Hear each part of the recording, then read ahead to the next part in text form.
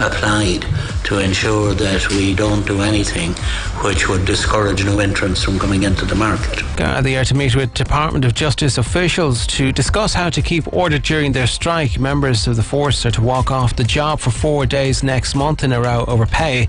But the backup plan to ensure public safety is still unclear, and the Garda Commissioner has left the country to go to a conference. AGSI President Antoinette Cunningham says contingency is not their problem. It's not for AGSI to solve the problems in relation to contingency planning, but I mean, nobody has had any conversation with us whatsoever about contingency planning, so therefore I would say that's a responsibility for people in senior management and not people in a representative association. A teenage girl is in a serious condition in hospital following a road collision in Dublin. The girl, who's believed to be 14, was struck by a car on the Oscar Traynor Road in Coolock just before 8 this morning. She was taken to Temple Street Hospital for treatment. Donald Trump has refused to say whether he'll accept the result of the US election next month. In the third and final presidential debate last night, the Republican reiterated his opinion that the election is rigged in Hillary Clinton's favour. Trump is threatening to upend a fundamental pillar of American democracy by refusing to say whether he'll accept the eventual result or otherwise.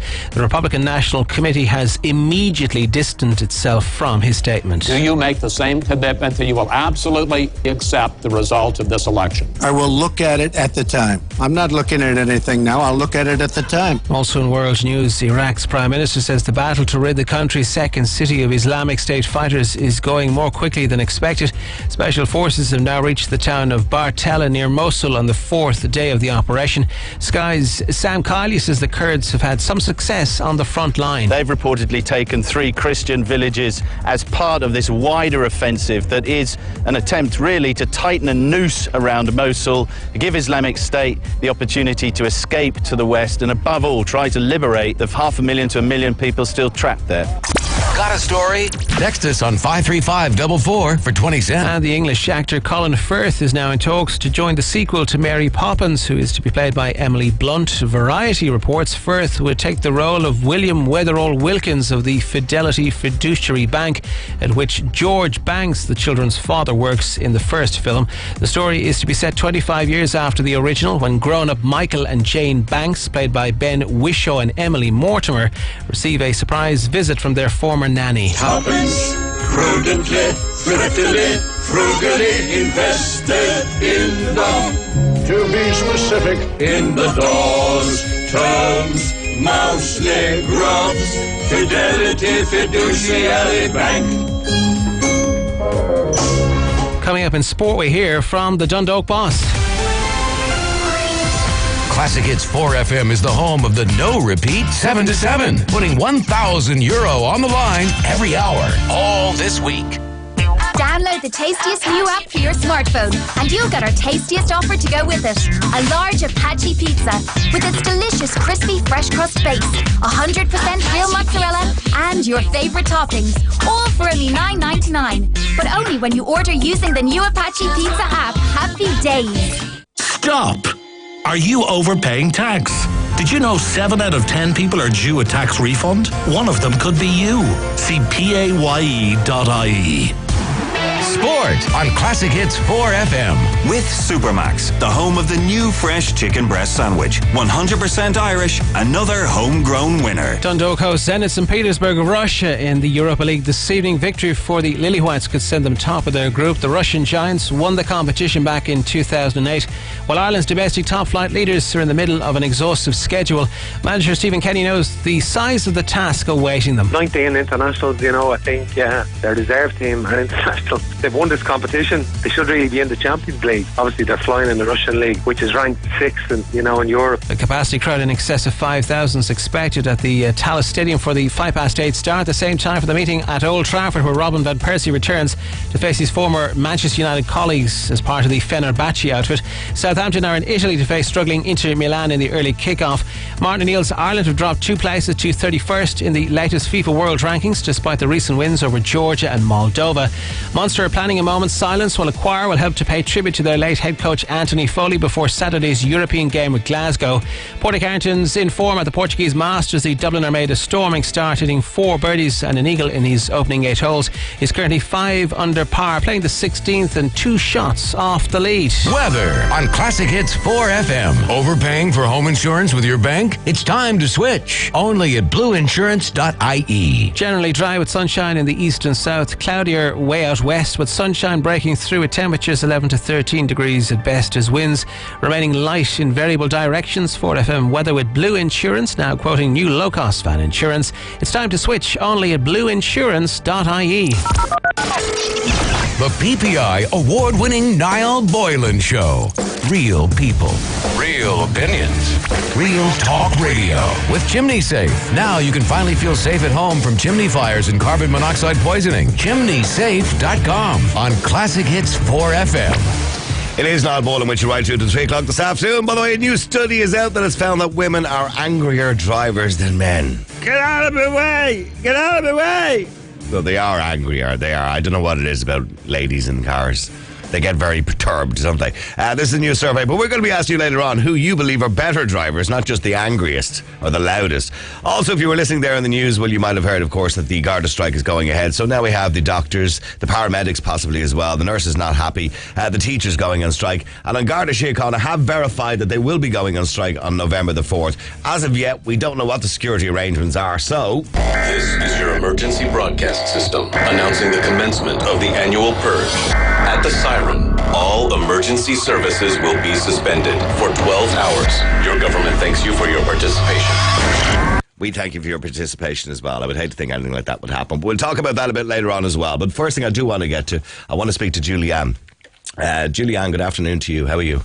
Hello, Niall.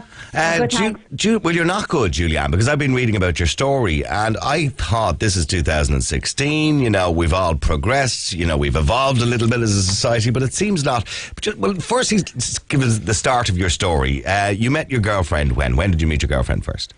I met my fiancé 9 years ago. Okay, and you've been together ever since and madly in love and everything has been wonderful. So you decided you'd take the plunge. Yeah. And I'm sure you were delighted last year, of course, with the marriage equality referendum, with the results of that, because that made it even better for you. So delighted. We were just so excited. Okay, so you decided you'd take the plunge. And when did you make that decision? By the way, who did the proposing? It was my partner. All right, because I've always wondered in that situation who, because normally, traditionally, it's always the man, I suppose. So I've always wondered in that situation who does the proposing. One of us, so yeah. So she did it. And was it romantic?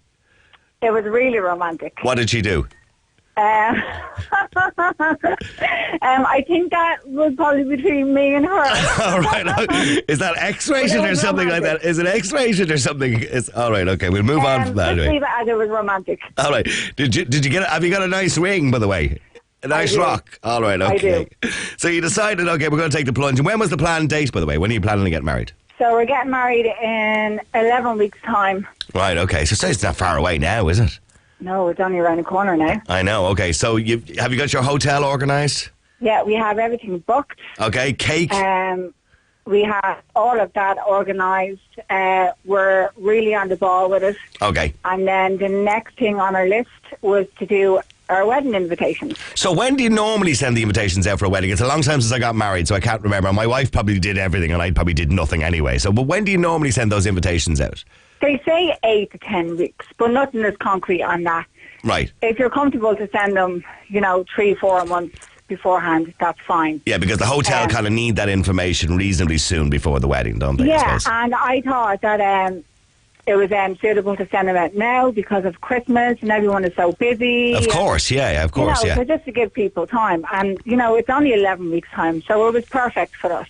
All right, so you decided you'd have a look around. So you were kind of wandering around Drogheda, I believe, at the time, and you decided you'd look into getting them printed. So where did you go? So I went to Bueller Printers on First Street. Okay.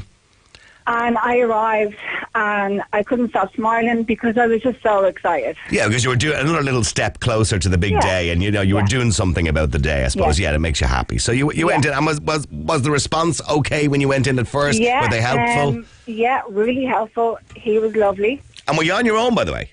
No, I was with my friend. Okay, all right, okay. So, but that would be quite normal for two girls to be together organising wedding invitations, because girls would normally do it, even as a straight couple, they would normally do it with a friend or the chief bridesmaid. So it would be quite natural to have two girls doing it anyway. So it wouldn't be something that they would consider would be, oh, these two may be together or anything like that. So I arrived and he greeted himself. He said, welcome, come on upstairs. So I sat down and we talked for a few minutes. He was asking me a few questions and I wanted to just see some designs. The samples, yeah. Yeah. And so before he actually did that, he asked me more questions. And we were laughing and we were getting on and that was fine. And then he realised I was gay. And how did he realise that? I mean, did you mention your partner's name or what names you wanted on it? Or? Yeah, because obviously my name and my partner's name will be female names. Yeah, will be on the invitation. And I said my fiance, and I said she, and then his whole behaviour changed. And when you say his behaviour changed, I'm assuming he didn't get aggressive or anything like that, but he just became very negative, I suppose, in some sense. He distanced himself from the conversation. Right, okay. And he didn't give me eye contact anymore. Right, okay. And what was his reaction then? Was it just a blank refusal, or did he continue to talk to you and try to put you off? Or no, he stopped talking for a few seconds, and then he still wouldn't give me eye contact. And then he gaggled on himself, and then he said, "I'm sorry, Julianne. I have my own beliefs. I'm a Christian man, and I'm not able to do your invitations." So that was the end of that. And that was the end of that. That must have been heartbreaking for you, Of course, I wasn't smiling anymore. And were you angry? No, I actually wasn't angry because I wanted to stay mature and I wanted to stay calm.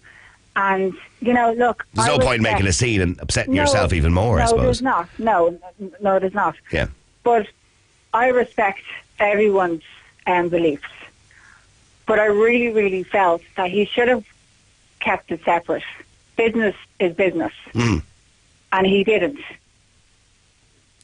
I mean, okay, the name of the printers, by the way, is Beulah Print, and they've given us a statement. They said, at Beulah Print, we are happy to serve all members of the community, irrespective of religion, colour, sexual orientation, etc. However, we cannot employ our creative ability to design and print materials which come into conflict with our Christian faith. So the second part of the statement completely contradicts the first part of the statement. It really does. And I had a feeling in the few minutes in our conversation that something wasn't quite right. As I said, he stopped looking at me, he stopped for a few seconds, and he wasn't, he kind of wanted to gather himself to actually find the words to actually tell me, and I knew something wasn't right. And, I just basically said, okay, thank you, and I walked out. And that was the best reaction for me at that moment. Did you contact them again? Did you bring them back to complain, or? No, I didn't do anything like that. Okay. Now, some people are going to say, and I have to ask you this, Julianne, because this printers were in the news last year before the marriage equality referendum for exactly the same reason. I think we actually spoke to Jonathan on the air on the day. Jonathan was the man getting married to his partner, and he had gone to the printers, and more or less a very similar story. Yeah. And people are going to say, oh, now maybe she chose this printer on purpose because she knew this was going to happen to get a bit of attention. Mind you, I don't see what purpose that attention would seek now after the marriage equality referendum. Before it, I would understand, but after it, maybe absolutely not. So, had you heard of this printers before you went to them? Had you heard the story about this printers and what they had done in the past? I did not hear any story about this. And all I can say on that subject is I wouldn't have never put myself through that. It was an awful experience. So I can't see why anyone actually would just do that if they wanted anything like that. Yeah, because you didn't want to put yourself through that upset. No, it was very upsetting, and it was an awful experience. And if I heard about it, I certainly wouldn't have gave my energy and time to actually go there. Okay, so and to clarify, the fact that you went to this printers, the reason you went there is because you just happened to be in the area, and that's... I was in the area, and there was a few printer shops. That was the first one that I went into. And I was expecting it to be a positive experience, and it wasn't. And I believe for all the world, by the way, they are very good printers. They have some lovely samples. They do some lovely printing. And everything is wonderful as long as you're not gay. Yes. That seems to be the way it is. And that speaks for itself, really. You know, as I said, he is lovely, and I'm sure their work is the finest. But you have to keep that separate from your business. Your beliefs should be separate. Now, there's ongoing cases at the moment, for example, in Northern Ireland in relation to a gay couple who asked to get a cake made. That's gone back to the High Court in the UK, as far as I know. That particular case, it's being appealed at the moment because, of course, the cake makers lost their case. Yeah. There is an argument that somebody should be allowed to stand by their own conscience and what they believe is right or wrong. But then what happens is, invariably, is you get discriminated against in the meantime. Do you think a person should be allowed to, in your particular case, to do what they've done to you? Do you think that they should be legally allowed to do that? No, definitely not. And they're not illegally allowed to do it. But they turned you away based on your sexual orientation, and that's against the Equality Act. Yeah, of course. And he's standing by his beliefs. I believe that we all should own our own beliefs. But as I said, that's okay. But I was looking for invitations to my wedding. All he had to do was to help me with the design. I paid him money, and then say, "Okay, thank you, Julianne. Have a nice day. Bye." And that's all. Yeah, I don't want to see the wedding photographs. That's fine. Yeah, absolutely. Yeah, exactly. Yeah, he's not going to be there. He doesn't have to see anything. All he had to do was help me with my invitations. It's his job. He didn't act in a professional manner. And did you get the invitations printed in the end, by the way? Have you got invitations done? No, not yet. Okay. Well, I'm sure there's many printers out there now who will be queuing up to do them for you. And if there's any of them listening, you're welcome to give us a call. But the wedding now is obviously, of course, it's going ahead. And what was your partner's reaction to this, by the way, when you spoke to her about it? I'm sure the two of you were quite upset about it, because what it does basically, it demeans your relationship, doesn't it, really? It really does.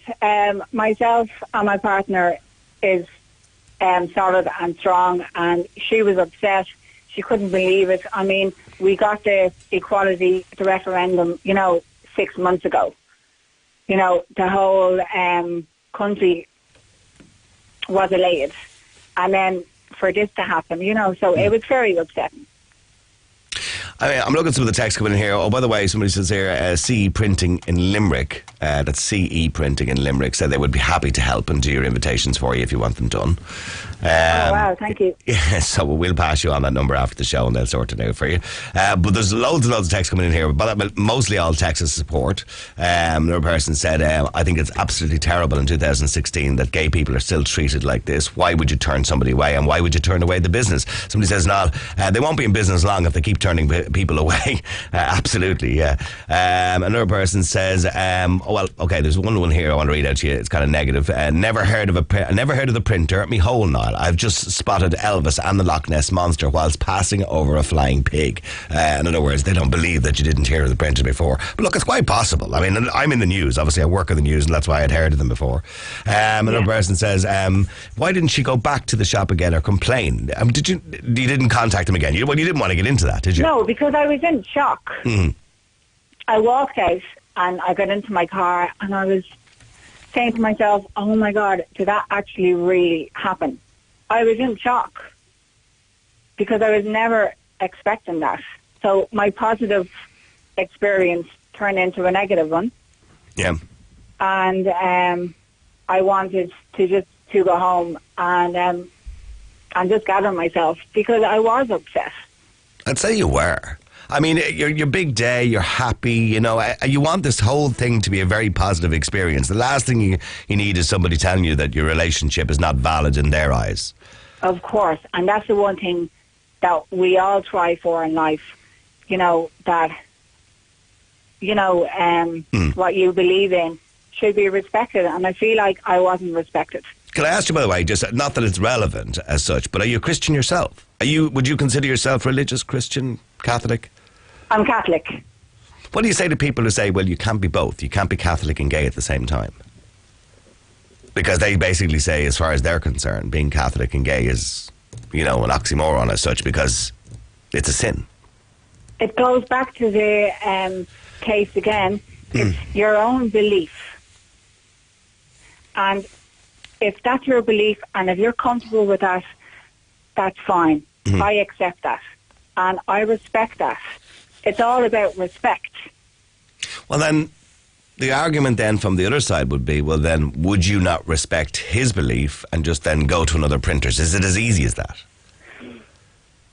You see, the argument is this. He's in a business. He owns a shop. He prints invitations. He prints so many things. It's his job. So he should have stayed in with a professional manner and stuck in his job and treat me like a valid customer. I agree. And not because I was gay. Absolutely, I agree with you. It's his job, so.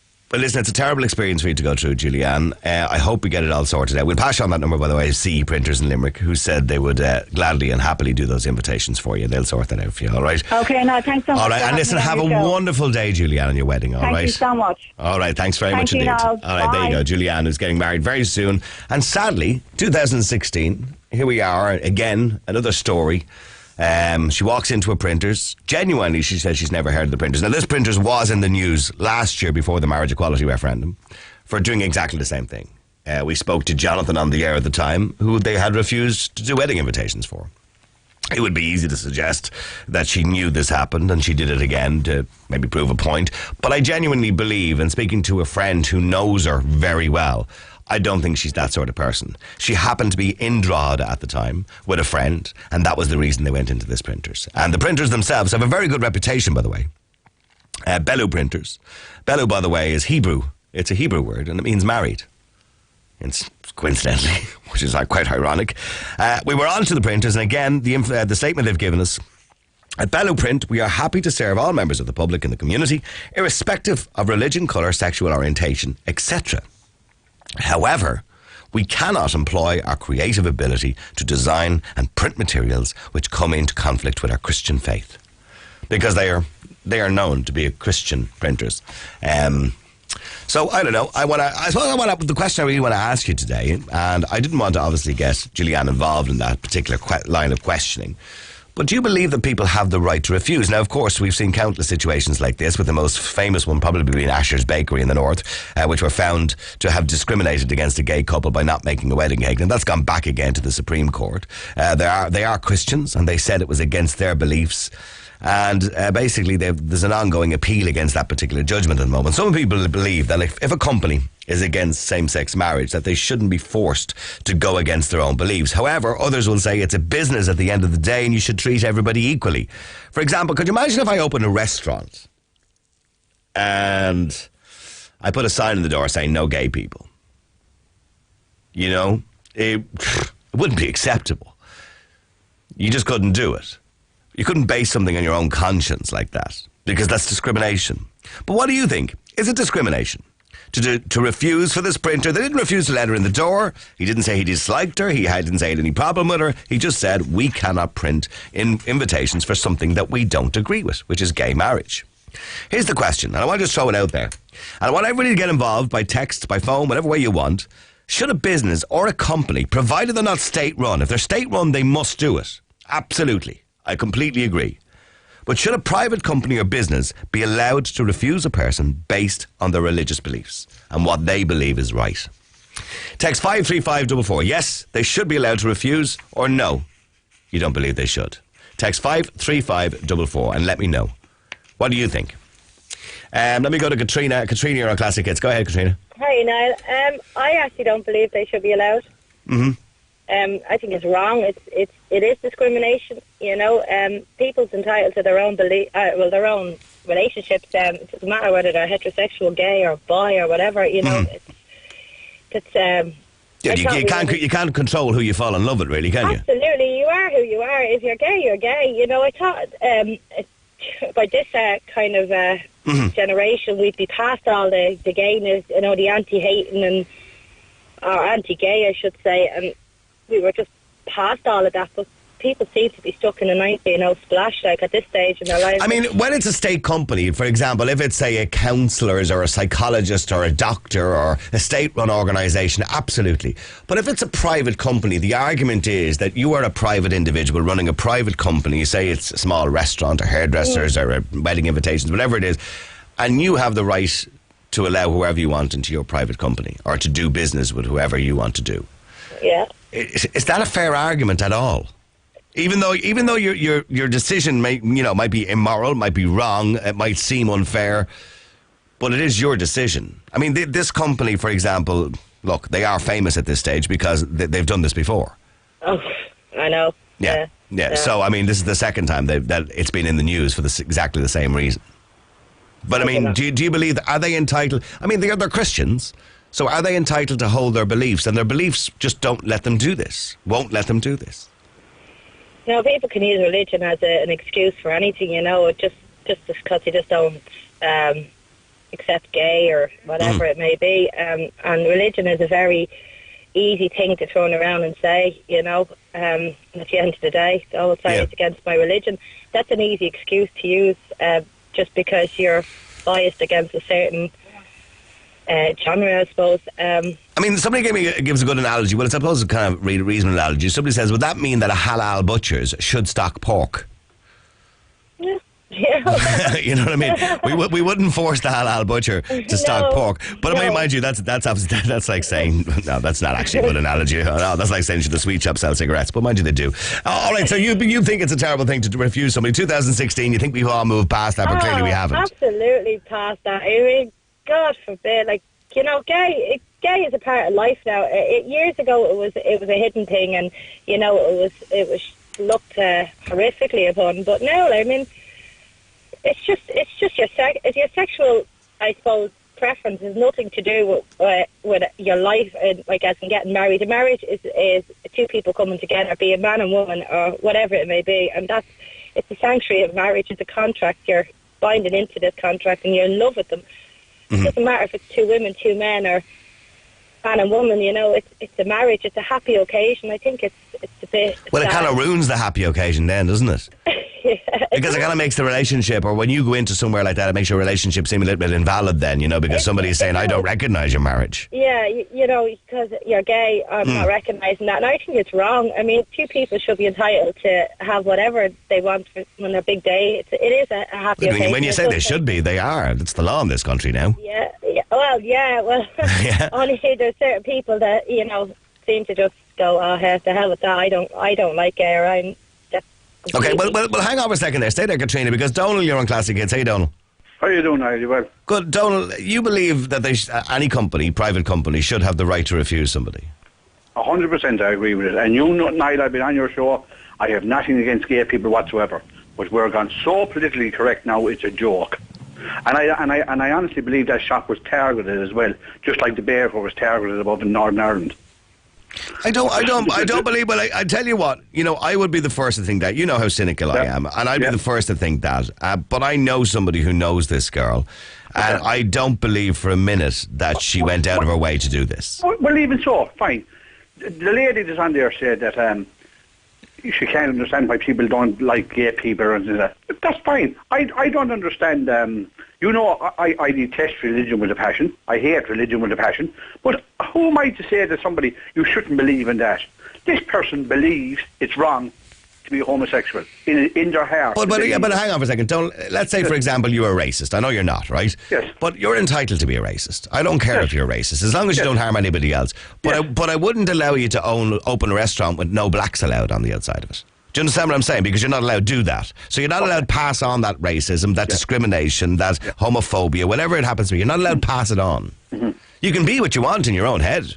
That's fine. No, this person, I believe that this, I think it's a lot different than black-only restaurants and white-only restaurants going back to Alabama or...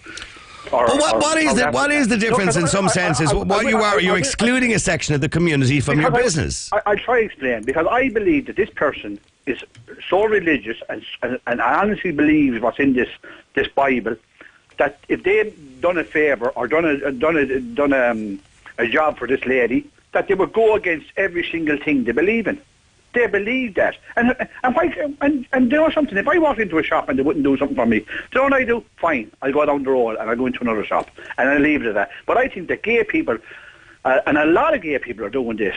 They want to be the same as everybody else. Oh yeah, I want to be the same as everybody else. But when it suits me out, I want to be completely different. That's why you have these big gay parades and all that. Something I'll never understand. All these But that's gay a different parades. issue, They're a isn't joke. it? That's a different issue. I don't know, but this is what's going on, Niall. Why has this come out on Facebook? Why did she go on Facebook? Why didn't she just Because say, she's you know upset. what? Because she was upset about it. But why didn't she go somewhere else and get her invitation and just leave it? Well, Katrina, hang on. Well, she's not here. Does it say anywhere in the Bible that homosexuality is? Listen, I've already said I detest religion. I don't believe. No, I don't mean on your point. I mean on. You're saying this woman obviously is deeply religious, and there's nowhere in the Bible. And let's be honest, Mary Magdalene was supposed to be a brother. But I don't care what's in the Bible. I don't care what's in the Bible. It doesn't interest me what's in the Bible. It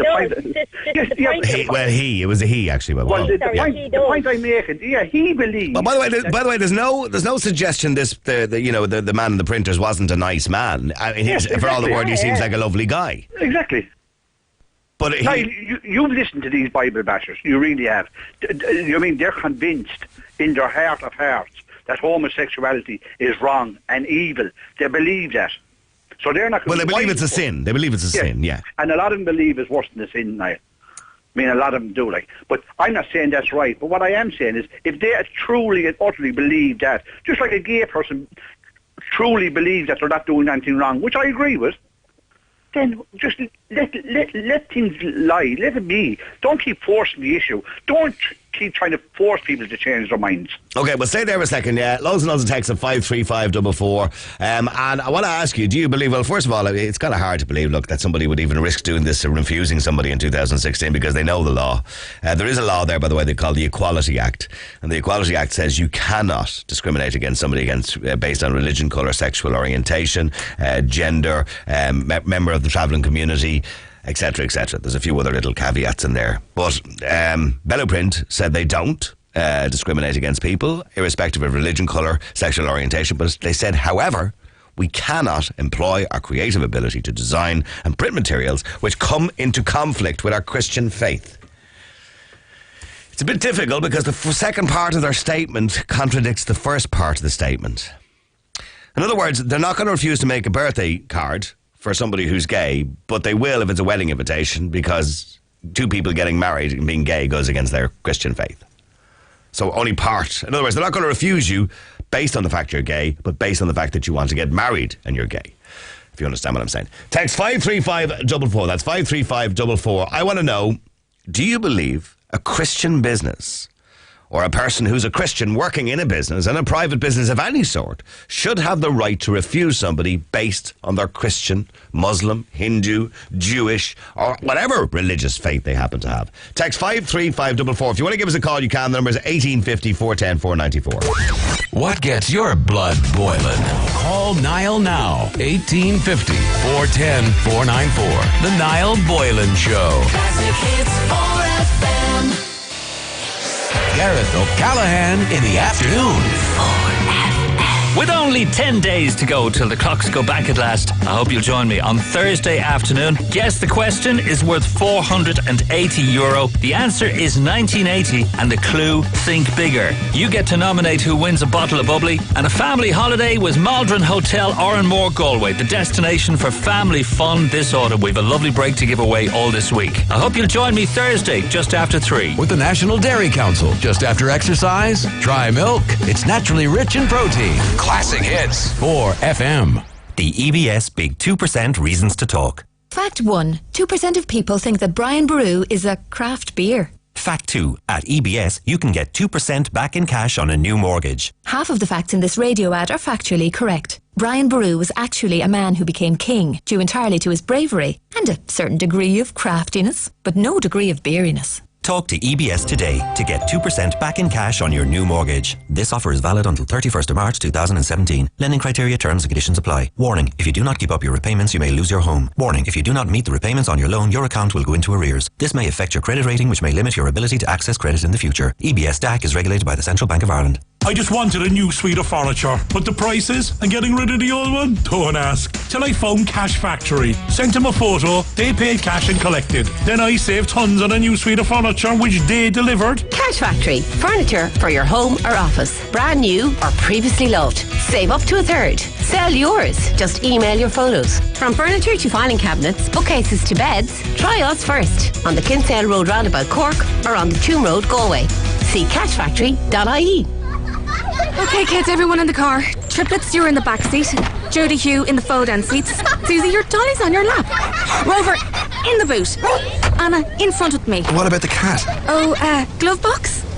Time to change your car. Whatever you're looking for, find it online at Car Buyer's Guide. Search thousands of cars, hundreds of car reviews, and list your car free at cbg.ie. So if you're going from GTI to MPV, let cbg.ie put you in the driving seat. At petinsurance.ie, we know that a healthy pet is a happy pet. So why not let petinsurance.ie protect your pet? With cat cover starting from €69 and our dog cover from €99, you would be barking mad to go elsewhere. So visit petinsurance.ie or call us on 0818 286 454. Online essential prices for pets under 4 years. Select dog breeds are excluded. Blue Insurance Limited trading as petinsurance.ie is regulated by the Central Bank of Ireland. The wait is over. The soft rock legend Smokey returned to Vicar Street for one night only on Saturday, October 22nd.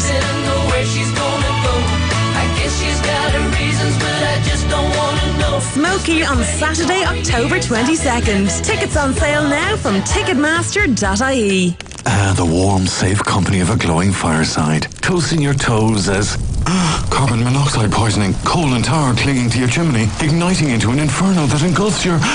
doesn't bear thinking about. Now, Chimney Safe removes the silent killer carbon monoxide. No more chimney fires, no more chimney cleaning. Finally, a lifelong technology that protects and monitors your home 24/7. Supported by FBD Insurance and complete with a 10-year guarantee. ChimneySafe.com. I'm Philip Burke from City Colleges. We are now accepting applications for our Law Society FE1 entrance exam preparatory courses, which are delivered from our premises on South Great Georgia Street, Dublin 2, and online. City College's Winter FE1 programme is delivered by a team of Ireland's most inspiring law lecturers. No other FE1 lecturing team boasts more Law Society of Ireland first-placed prize winners. Comprehensive course manuals, weekly assessment, exam paper analysis sessions and tutorials are included. Call 1850 25 27 40 or register at citycolleges.ie.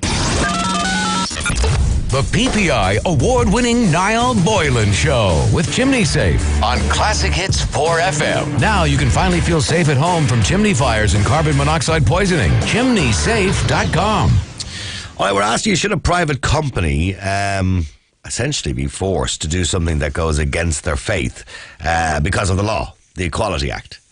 Yes, you believe they should, or no, you believe they shouldn't. And we're talking about this particular case, which is in the news today, of a young lady who went into a printer's. She's getting married very shortly, herself and her partner, who's a female, because she's lesbian. And she was refused wedding invitations on the grounds that she's gay. That's it. No other reason. Somebody says, for example, here in relation to travellers, that travellers are refused from pubs on a regular basis, and we don't hear much of it. Well, we don't. He says most pubs will not allow travellers, but will not state it publicly. At least the printers was not afraid to say it. Well, the pub will have a million excuses as to why they can refuse somebody, and they will lie to the traveller and tell them they've refused them for some other reason, be it having too much alcohol on them or whatever it happens to be, or you were in here before, or we caused a row, or even though they shouldn't do it, that's what they'll do. So they get away with it some other way. Mind you, they do get caught on many occasions and end up before the courts for discrimination, because you can't do that either. But in this particular occasion, there is no other excuse to refuse a wedding invitation apart from the fact that you don't believe the person should be getting married. So, unfortunately, the printer doesn't have another option. That's the only option he has, is to tell the truth. All right, I want to go to, stay there please, Donal and Katrina. Katrina believes it's a horrible thing to do in 2016. Donal believes that a private company should have the right to make a decision based on their own religious belief, even if you don't agree with it. But Billy, you're on Classic Hits. How are you, Billy? How are you, Niall? Yeah. No, what's it called? I don't normally particularly get too excited about the gay or lesbian debate, but I rang in. I'm 100% behind the lady who tried to get them invitations. That company deserves, I know you're saying they do good work and stuff, but in my personal opinion, they deserve to go to the wall. They're a bloody disgrace. They discriminated against that lady, and she has it there in proof. She got the truth, and you can't, as you said, you can't refuse. I've been a barman myself 30 years, and I've often made excuses. Of course, you can't refuse travellers, basically, because you could get done, but you can make up the odd excuse. But that lady... Did you, in your time, be honest, Billy, did you refuse members of the travelling community? I did, because I was told to by my manager, yeah. Well, then you did exactly the same thing. No, but the ones I have refused where did cause trouble, like they did cause trouble the night before and stuff like that. Why, because your manager told you they did? But that's, well, see, I would be off Saturday night, but I'm just saying... But you will admit that members of the travelling community get refused from bars, hotels, clubs, for no reason, and they haven't done anything wrong. Niall, I was out having a drink one day, and I met in my local, a traveller, a lovely fellow, nicest fellow you could ever meet, and I went out to Malahide with him, and I went to the bar, and the barman would only serve me. He wouldn't serve the chap I was with. And what did he say? I don't know. The other chap just went. I went to the toilet, came back, and the other chap was gone. But isn't that shocking? It is shocking. And this fellow was the nicest fellow I'd ever meet. And it is shocking, but they have to prove it themselves, whereas this lady's after getting a point blank refusal because she's she's gay. Yeah. So do you know my opinion, my recommendation to her would be? I recommend.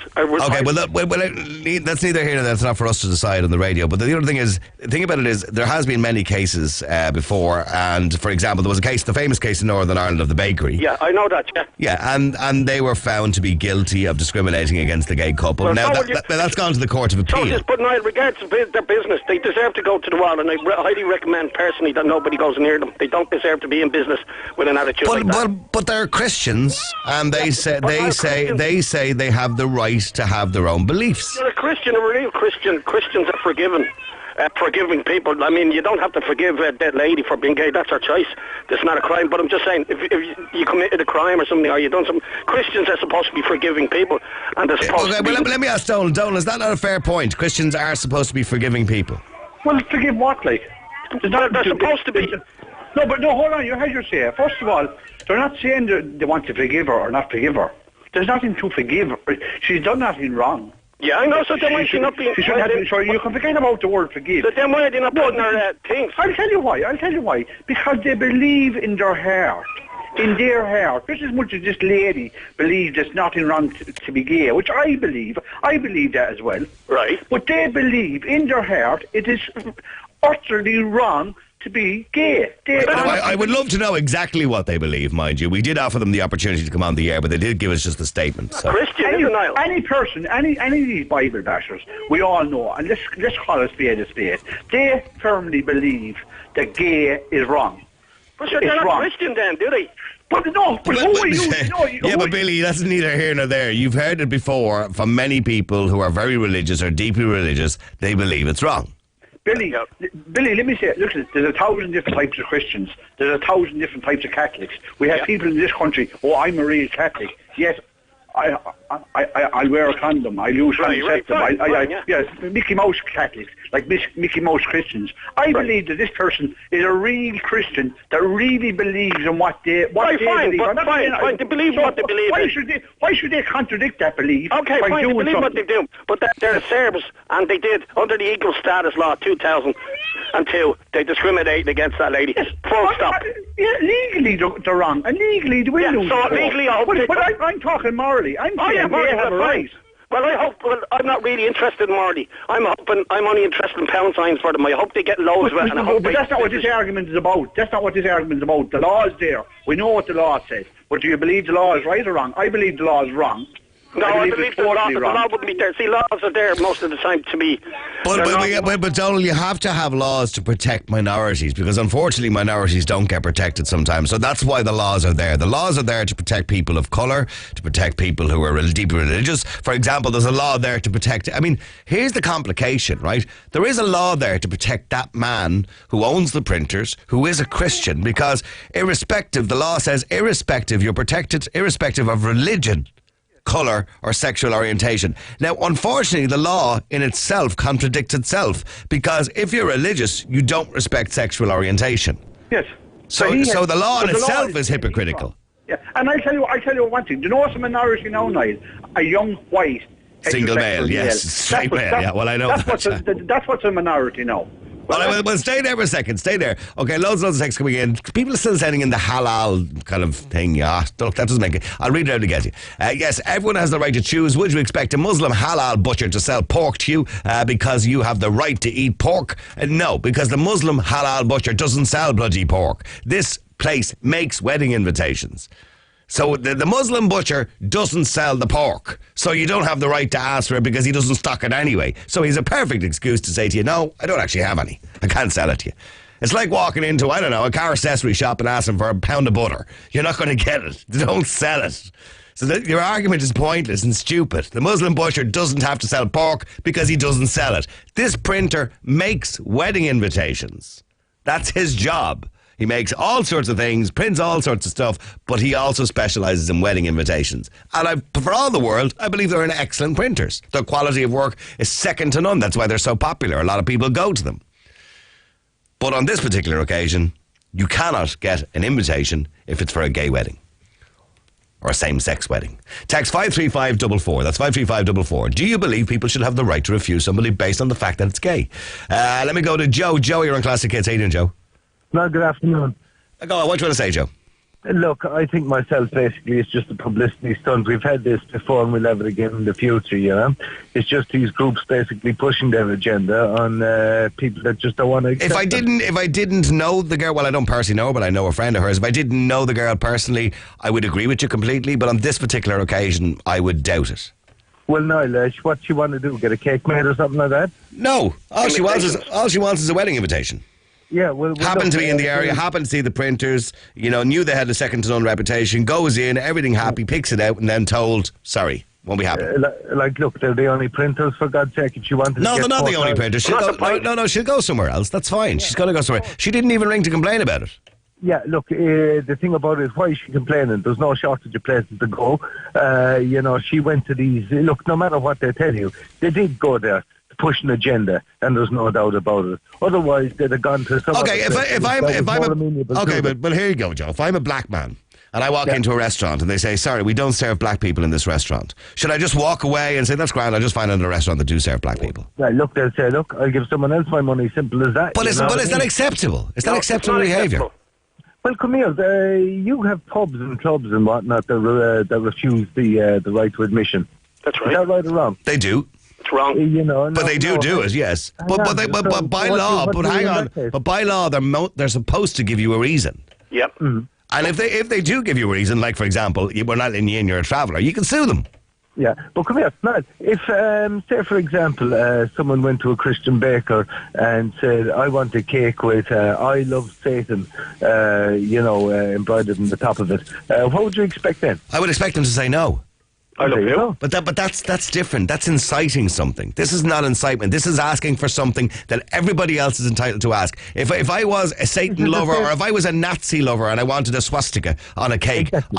I would expect a Jewish baker to say no, because that would be just offensive. So basically, why do you? Because it's it's not. Hang on, it's not illegal to be gay. It's certainly quite offensive to be a Nazi supporter. Yeah. It's certainly quite offensive to be a satanic person, to be somebody who supports Satan. Okay, Niall. Now, say for example, you were in Glasgow and you went to a Celtic supporter. Oh yeah, I've been at that before. And said, "Look, I want to get I love Rangers, cake and all that." I've been there. You know what he'd tell you and where to go. So why the hell wouldn't it apply in a situation That's totally like different. That? It's not. No, it's not. That's on the street, Joe. Joe, that's on the street. I've been in Glasgow, and as soon as they hear the Catholic voice and the Southern voice, and especially if they're Protestant, they'd ignore me, and they wouldn't in the hotel as well. But they don't. If you went in, they wouldn't refuse your service. Yeah, but come here. If you went to a cake maker who was a Celtic supporter and asked him to do a Rangers cake, he'd tell you where to go. Of course, yeah. Throwing a pint glass at you. So why does the same expectation not apply? Yeah. Well, I can't argue there, Joe. You're right. You see where I'm coming from. I do, yeah. It seems to be that basically, hang on, we can pick and choose our offences, but ignore others. Yeah, but the Equality Act, by the way, can I mention to you, the Equality Act doesn't cover the team you support. The Equality Act only covers religion, colour, sexual orientation, member of the travelling community and gender. But why shouldn't it cover more in that case? Why shouldn't it be broader if that's the case? Because for the simple reason, Niall, the subjects in which people take offence are picked and chosen, and they're politically driven by an agenda. You know that, and I know that. Okay, but stay there. I've got to take a break. And I want to come to Robert after the break. Lots and lots of text coming in at 53544. The question I'm simply asking you is, do you believe that a cake maker or an invitation printer or somebody who does a service for the public, now a service that they do, now forget about the halal argument, this is a service they actually do for everybody, but they do refuse people, if they're Christian, based on the fact that the person is gay. Do you believe they should be allowed to refuse? Text 53544. Yes, you believe they should be allowed to refuse based on their own Christian faith, or no, you believe they shouldn't be allowed to refuse them. Real people, real opinions, real talk radio. The Niall Boylan Show. Classic Hits 4FM. Gareth O'Callaghan here. Are you ready to celebrate? Or do you know someone who is? Fine Wines Off-Licence Group are celebrating 25 years in business this year. So do you share a birthday, an anniversary, or some very special occasion? If so, a bottle of champagne could be yours at 5:25 every weekday here on Classic Hits 4FM. So come on, nominate someone special now. Text the word wine and the details to 53544 for 20 cents. And listen in to Gareth O'Callaghan in the afternoon, exclusively with the Fine Wines Off-Licence Group and only on Classic Hits 4FM. With qualified setters and jewelers on the premises, Laszlo's offer an outstanding jewellery repair service. See laszlo.ie for more. It's Baltic in here. Is that radiator not on? Ah, the onset of winter. You're probably not thinking about Bord Gosh Energy. Here, who left the heat on all night? You're thinking, how can I keep these winter bills down? Turn off all those lights. It's like Vegas in here. Good news for all of our 650,000 residential electricity and gas customers. We're dropping our prices for the third time in a row. It's pitch black in here. Can we turn on a lamp? Keeping winter bills down? It helps if it's Bord Gosh Energy. Reductions effective 1st of October 2016. Have you seen the broadband speeds people in rural Limerick are getting with Imagine's LTE? There's homes down country roads, outside towns and down Boreens getting 70 meg broadband right to their front door. These are real homes in rural Limerick getting real broadband speeds. Imagine LTE now cover over 250 townlands in the county, so it's up to us to spread the word so more people in our areas can get connected. Check your address right now by going to imagine.ie. That's imagine.ie. Terms and conditions apply. Celebrating Christy Hennessy, the Platinum Collection. Join Angus McAnally for a magical night of music as he brings the Christy Hennessy songbook to life, featuring all of Christy's biggest hits. This nationwide tour plays Waterford, Cork, Carlow, Tralee, Limerick, Ennis, Galway, Longford and Newbridge, with a special performance in Dublin's National Concert Hall on Sunday, November 27th. For more information and to book tickets, visit riseproductions.ie. The Olympia Theatre proudly presents Deacon Blue.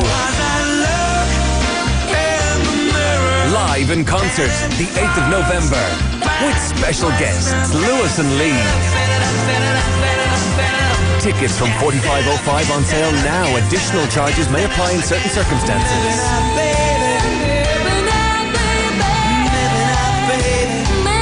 Deacon Blue, live at the Olympia this November. The old favourites make for a great family dinner. That's why at Tesco we're big on mealtime classics. Get Tesco Irish Pale Ham Fillet 1.5 kg, now only €6. And get Tesco sweet carrots, parsnips and twin pack peppers, now just 39 cents each. It's all part of our promise to stay big on value. Tesco, every little helps. See in store for details. Bridget's back. Hello. And her love life is hotting up. Dial 01 if you wanted to remark, 2 if you wanted to reach out. Oh, God. She's the nation's #1, and critics are calling it brilliant, funny, unmissable, and the best Bridget ever. Bingo! It's the 5-star comedy of the year. Empire magazine says, go, and then go again. Bridget Jones's Baby, in cinemas now. The PPI award-winning Niall Boylan Show with Chimney Safe on Classic Hits 4FM. Now you can finally feel safe at home from chimney fires and carbon monoxide poisoning. ChimneySafe.com. All right, so he says, I'm a Celtic supporter and also a confectioner. And if someone wants me to do a cake with Rangers, hate Celtic on it, I would do it. Business is business. I bet if the printer was struggling like I am, he wouldn't refuse that, poor girl. Another person says, no, they shouldn't be allowed. They will probably lose a lot of business if this gets out, and rightly so. Well, it is out there, and it got out there last year, and I don't think it affected their business too much. But stay there a second. Stay there, Joe. Let me go to Robert. Robert, you're on Classic Hits. How you doing, Robert? How's it going? Robert, do you believe they should have the right, based on their Christian faith, to refuse somebody? Absolutely not. And this kind of goes back to my strongly held belief that religion debases all human dignity.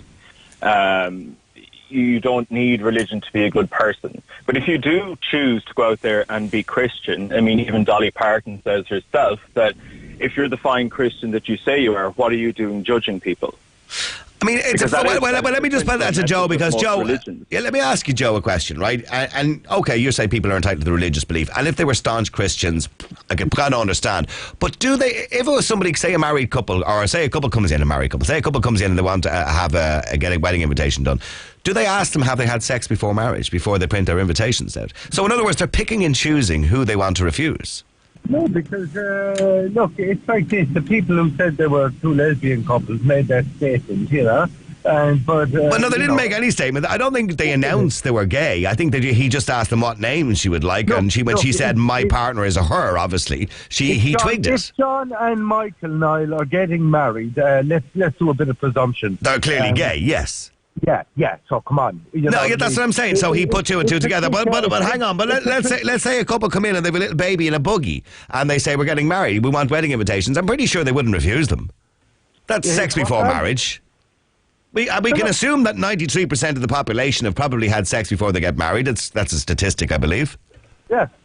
So, are we to refuse 93% of people based on the fact that they've broken God's law? Well, no, did you exclude so many people because they might... I mean, who else? But the point I'm making is they're picking and choosing who they're excluding. Nice. This is a fact. If your old mate Phil, right? Yeah. Down in Limerick would say, hang on a second, Niall. Wait a minute. You know what I mean? These people are basically making an express statement of what they are, right? They're going to a place that holds a certain belief that, you know, it's known beforehand. So basically, what are they doing? It's just a case of, you know what I mean? They're just highlighting their colours. When you say it's known that they hold a certain belief, I don't believe they have crosses hanging all over the place to prove that they're Christians or anything like that. But Robert, I mean, look, this seems to be becoming very common. And 2016, after the marriage equality referendum, we wouldn't think this would kind of carry on and be still happening. But do you believe that religion, because religion is protected under the Equality Act, should these people, the Christians, be equally protected? I don't purely for the reason that it breeds a type of discrimination, and we see this here to a lesser extent because we had the big social discussion that we had last year, but it still exists. We see a regression in the UK, and we also see, like, you know, obviously the political climate in the US with Trump and his supporters, and kind of everything that's happening there. Like, even in the UK, since Brexit was announced, there was What is happening with Trump and his supporters? It's very anti-LGBT. No, it's not very anti-LGBT, and I'll tell you why, right? Because gay people are basically voting in their draws for Trump. Do you know why? Because he'll protect them. He'll protect them from the people that are killing them. That is why. So don't try and fool yourself that Trump is anti-this, anti-that, because that's all you are doing is fooling yourself, and don't talk of me. Thank you very much. Okay, so well, go ahead. Finish what you want to say, Robert. Since Brexit was announced in the UK, homophobic attacks are up 143%. Was the latest statistic on that. And how are homophobic attacks up 100 and whatever it is %? I would imagine, yes, there has been a bit more racism. I think Brexit led to initially some racism because people felt some sort of validity in, you know, calling people names. But in relation to homophobia, how did that go up because of Brexit? Well, and this has come up in the show already on this topic, the correlation between racism and homophobia. And even President Obama has stood up and said that they stem from exactly the same place. Okay, but do me a favour, actually, because I'm interested in that. I want to hear more about it. But stay there, please, Robert and Joe, if you can. After the break, we'll talk a little bit more about this, but I do want to move on as well after the break. I'll take one or two more calls in relation to this. But do you believe a Christian baker, a Christian printer, a Christian anything, a Christian restaurant, whatever, should they be allowed to refuse somebody who happens to be a gay couple getting married? Which marriage of gay people under the eyes of Christian law, that's against the rules. Text 53544. Yes, they should be allowed to refuse, or no, they shouldn't. The PPI award-winning Niall Boylan Show with Chimney Safe on Classic Hits 4FM. Now you can finally feel safe at home from chimney fires and carbon monoxide poisoning. ChimneySafe.com. I just wanted a new suite of furniture, but the prices and getting rid of the old one, don't ask. Till I found Cash Factory. Sent them a photo, they paid cash and collected. Then I saved tons on the new suite of furniture, which they delivered. Cash Factory. Furniture for your home or office. Brand new or previously loved. Save up to a third. Sell yours. Just email your photos. From furniture to filing cabinets, bookcases to beds. Try us first. On the Kinsale Road roundabout Cork or on the Tuam Road Galway. See cashfactory.ie. You head out for the night. You don't bring cash because you have your card. And it's just easier that way. And maybe each time you pay, your bank might add a little extra charge. But what if your current account actually gave you cash for using your card? We've made a breakthrough. Introducing the Explore account from Permanent TSB. It's the only current account in Ireland that actually gives you 10 cent back on each and every purchase. Another great reason to switch. Call us today on 1890 800 914. Permanent TSB. Keep going. 10 cent cashback is up to €5 per month. Account subject to €4 monthly maintenance fee. Other charges may apply. Account partners, features and benefits are subject to change. Personal customers over 18. E-statements only. Terms and conditions apply. Permanent TSB PLC is regulated by the Central Bank of Ireland. At DJ Royale, your property is their priority. DJ Royale are business and home security providers, securing people and property for over 50 years. DJ Royale install business and home security systems that give real-time information, allowing them to immediately identify and react to your alarm activations 24/7. That's real security. DJ Royale. Confidence through experience. See for yourself at djroyale.ie.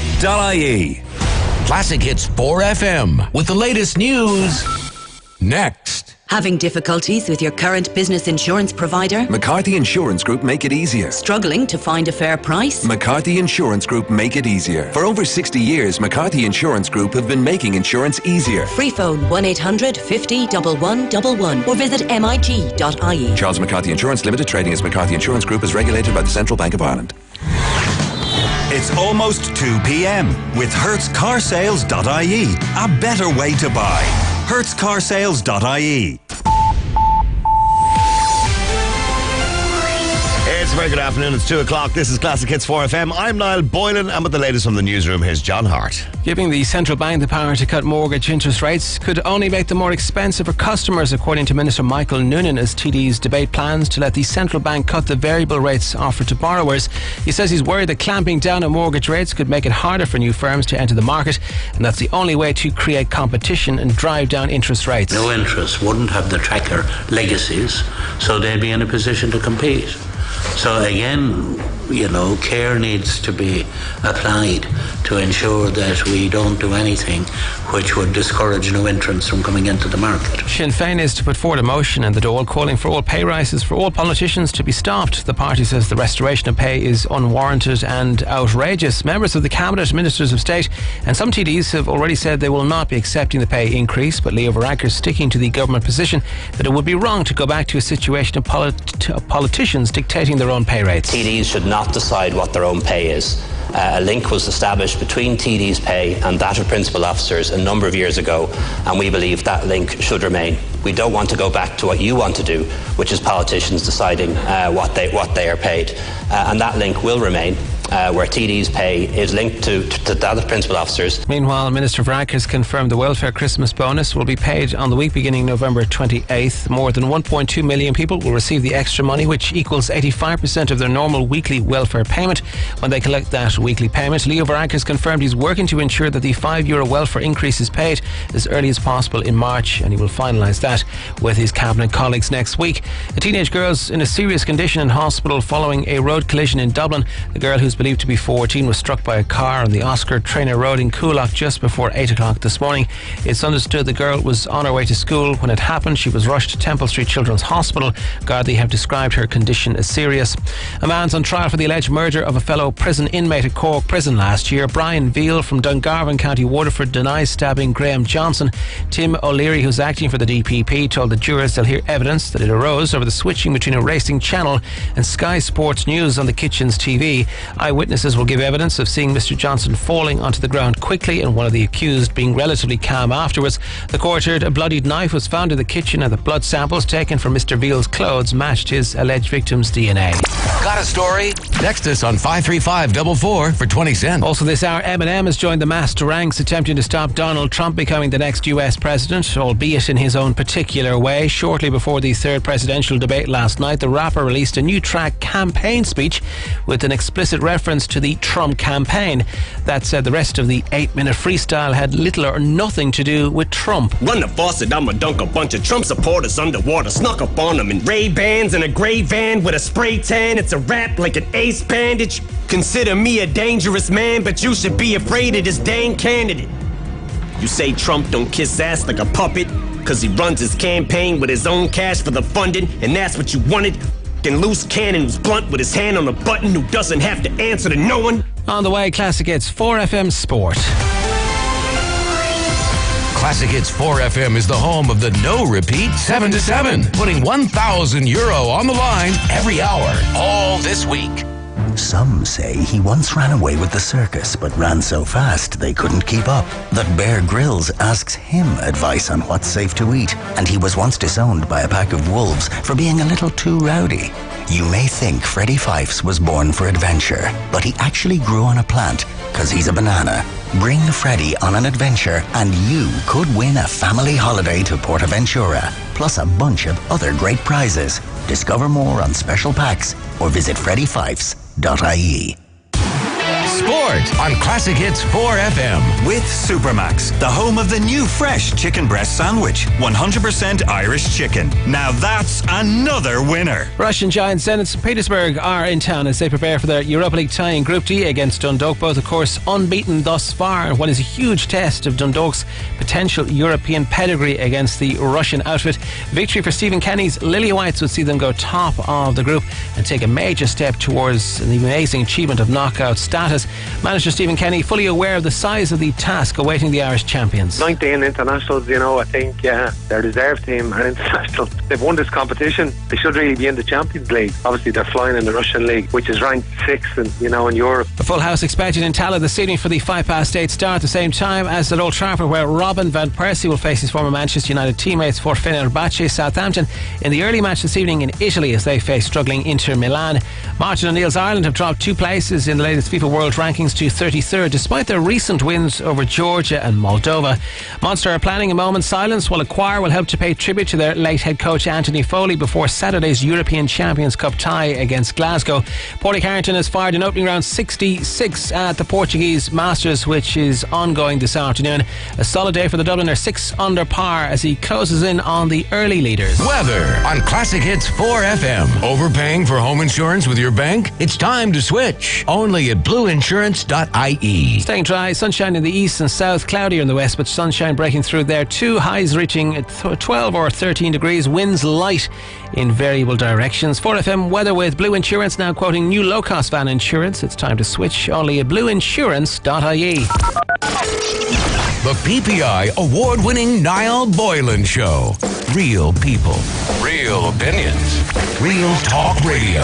With Chimney Safe, now you can finally feel safe at home from chimney fires and carbon monoxide poisoning. ChimneySafe.com on Classic Hits 4FM. I just looked at some of the text coming in. Somebody said, if Larry Murphy went into a hardware store where you worked, would you sell him cable ties, a hammer and black bags? Don't think so, says Mike. Mike, are you comparing Larry Murphy to a gay person? A gay person hasn't committed a heinous crime. Larry Murphy's a scumbag. Larry Murphy tried to kill a woman. He raped her. Are you mad? He did 14 years in jail for it. Well, 10, he got 14. Another person says, would Niall object if 4FM ran an ad campaign for the printers? You say you're not religious or believe in organised religion, but you do have strong morals. Are they strong enough to stand up for those morals and not have the ad, even though it provides revenue for your show, played on your show?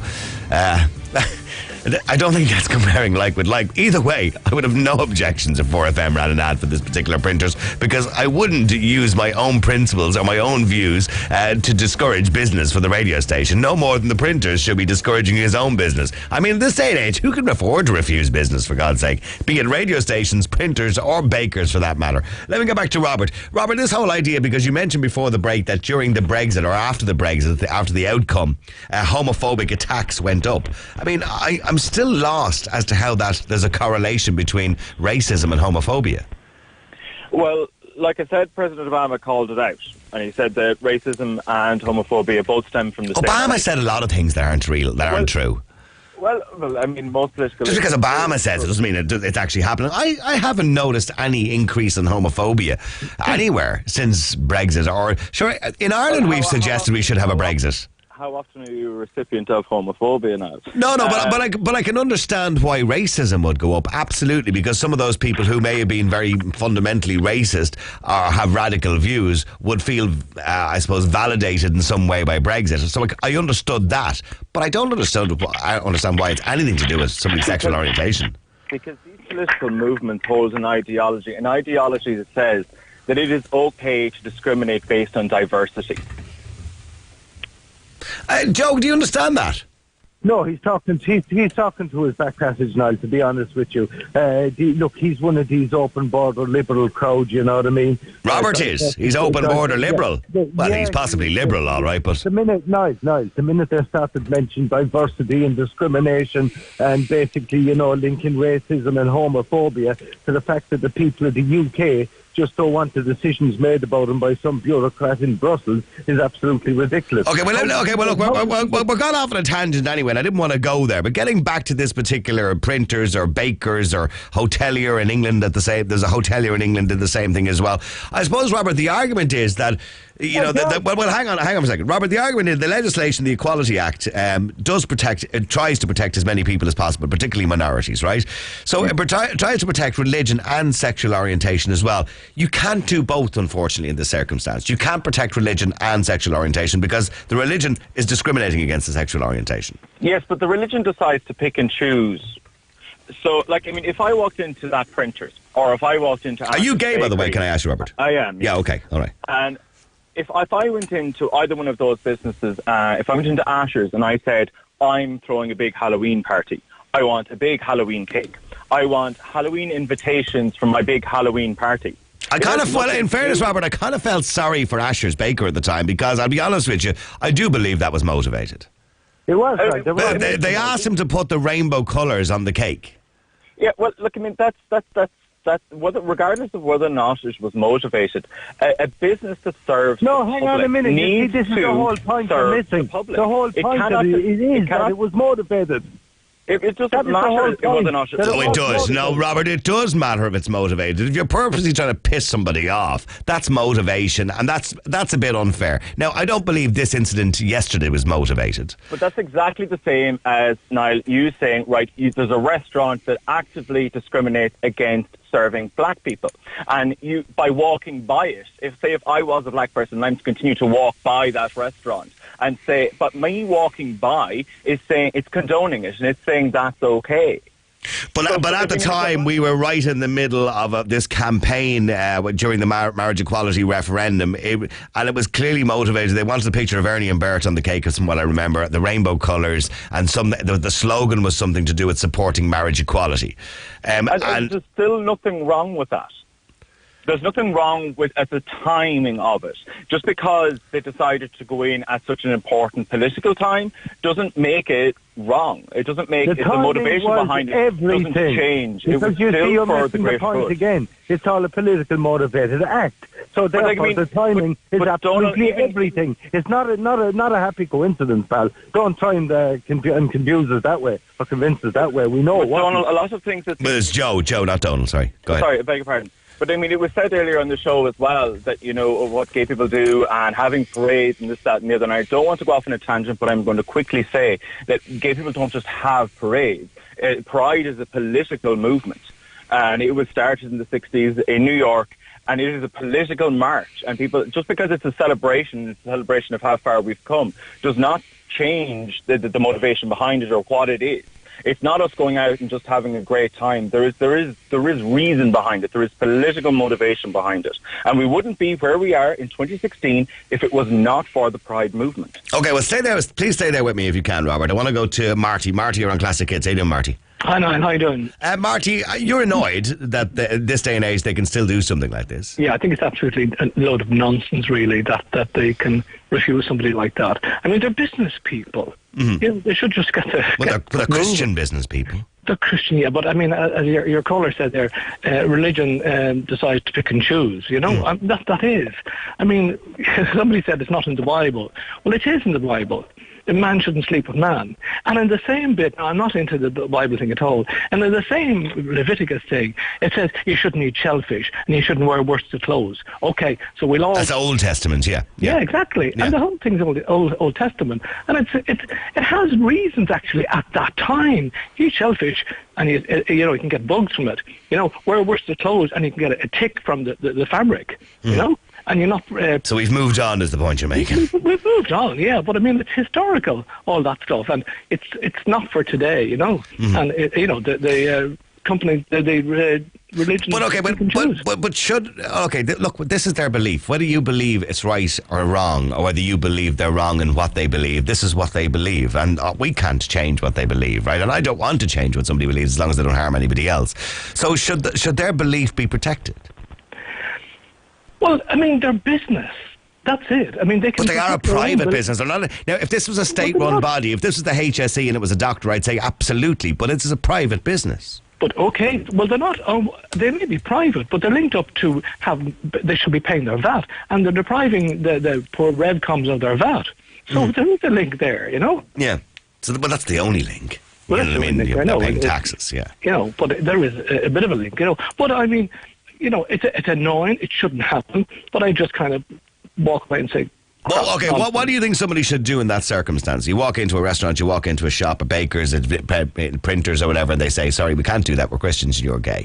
So what would you do if you were in that situation? You know, I was waiting for other customers there and just make it quite clear that it's a load of nonsense and they're not pleasant people to deal with. And I would walk away personally. All right, well, stay. But just do me a favour. Stay there, please, Marty, for a second, if you can. Let me just go to Joseph. Joseph, you're on Classic Hits. Go ahead, Joseph. Hi, Niall. How are you? Joseph, I mean, actually, you live in this kind of neck of the woods, don't you? You live somewhere up around Meath, or don't you? Yeah, I do, yeah. Okay, so are you familiar with the printers? No, I'm not actually, no. Okay, well, they were in the news last year for a similar situation. We actually had the man on the air at the time. He was a Drogheda man, Jonathan was his name, and him and his partner were refused wedding invitations. Do you think they should have the right to refuse somebody based on the fact that they're gay? Yeah, absolutely, totally. And I'll tell you the difference here. So the guys are using bogus arguments here. They said, if it's a restaurant, that's total discrimination if you refuse a gay person. The difference is, and I'll explain it this way just for their sake. If I owned a restaurant and a gay person came in, I would serve them.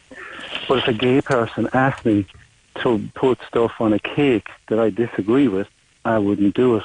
I'd say, go do it yourself. But the argument I gave you is that they are picking and choosing. If a couple come in with a baby in a buggy, or if a couple come in and 93% of people have sex before marriage, which is also against the rules of Christianity, you wouldn't refuse them. But you're refusing somebody based on the fact that they're gay. So the line in the Bible that says man should not lie with mankind, you're refusing somebody based on one line but not based on others. So you're picking and choosing which bits of the Bible you want to use as ammunition. You see, the thing about it is, if you come in and they ask if they come in and ask for a birthday cake for a child who's to a single parent or two parents or whatever, I'd make it fun because it's just a birthday cake. But if they put on, somebody asks, but they're sinners. It's the same act. They're sinners. It's not. You're asking me to do something. If I'm having sex before marriage, or if I have a baby before marriage, I'm a sinner. I'm a habitual sinner. No, you're missing the point. You see, you're not asking me to do anything different for anybody else. But the gay person that comes in and says to me, "I want you to put that down there on that cake," and I don't agree with it, I won't put it down because it's a sin. What? Because it's a sin. Yeah, but I'm not being asked to do anything extra for a person who's born out of marriage. It's a bit pedantic. There's a lot of pedantics going on here, isn't there? Sorry? A lot of pedantics going on. No, it's not pedantics. You see, it's where they want to muddy the water, and I'm being quite clear what's going on here. I guarantee you, if that same man went back in and asked for a birthday cake, an ordinary birthday cake, or an ordinary printed whatever birthday invitation, they would absolutely. They wouldn't refuse. No, it's based on the fact that it's a wedding invitation. What they're asking them to do is to put. I will not. If you stood over me and said to me, "I want you to write down there in a sentence on a piece of paper, gay marriage is fine," I will not do it. And if you ask me to put it on a cake, I will not do it. I would go to jail rather than do it, because there's no such thing as gay marriage. I refuse to recognise it. I don't care if the laws, every law has changed from here to kingdom come.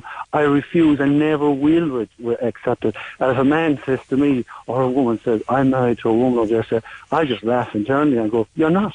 You never will be, and I never will accept it. Never. Full stop." Well, Marty, hang on. Marty, does Joseph have the right to hold that belief then? Anyone can hold the belief themselves, whether it's, other people might see it very silly. Why? How does it affect him? Is it contaminating his marriage? Does he feel that? Well, maybe his marriage isn't strong enough. I don't know. Joseph, are you married, Joseph? Yes, I am. Yeah. So what do you do? Does it make your marriage invalid or something like that? Does it make your marriage weaker that you know that there's gay people getting married? No, that's completely bogus. It's to do with my faith. I will never in any way ever support the bogus claim of gay marriage. There's no such thing. The only marriages. But I'm not asking you to. But you are if you ask me to put it on a cake, and I will not do it. And I will not put it on. If I was that printers, I would close down rather than do it. And if it'll go to that, we will be forced to do that, and people will have to decide whether they are going to support God's laws or man-made laws, which are wrong. It's a difficult situation, Marty, because I want to respect people's religion, and I also want to respect people's sexuality. You see, sorry, I can't hear you, Marty. You're going to put your phone up to your mouth. Can I answer again now? Well, hang on, let Marty respond to that. So, Marty, I want to respect both, and I can't. And I'm saying, well, they're not respecting their own religion, those so-called, let's call them Bible bashers, okay? Because if they're taking the little piece about, man shouldn't sleep with man, which relates, down the line to gay marriage and things like that, they have to look at, in the same thing as I said, don't be eating your prawns, don't be eating your scallops, don't be eating your lobsters. And what's he talking about? Confess that. He's talking about the Old Testament. Yeah, but sure, that law, that's been changed. He needs to move on in the new part. No, this is what you're talking about in your religion. You're talking about the Old Testament. I am, but that law it's was wrong never changed. because the one you're quoting about you can't eat lobsters, that was changed by a vision that God gave to Peter. You need to get up to date there. No, it's a Moses thing. No, I have a look at it. No. It was changed by Peter. Peter had a vision, and he was showing. You're getting into pedantics here, but that's a fact. You're quoting something that you don't know has changed, but the other law was never changed. So the Bible was changed, you're telling me? Sorry? The Bible was changed, is that what you're saying? God can change that rule, and there was a reason for it in the Old Testament. God never spoke anything about anti-gay at all, never. N-E-V-E-R. Now just keep looking around the New Testament and have a look, and you won't see one thing. It's all ancient. Yeah, well, you see, here's the thing, right? But hang on, but the point that he's making, Marty, is it doesn't matter anyway, but all those other things in the Bible, because they don't relate directly to this. This basically is, you're putting it down in writing that you support something.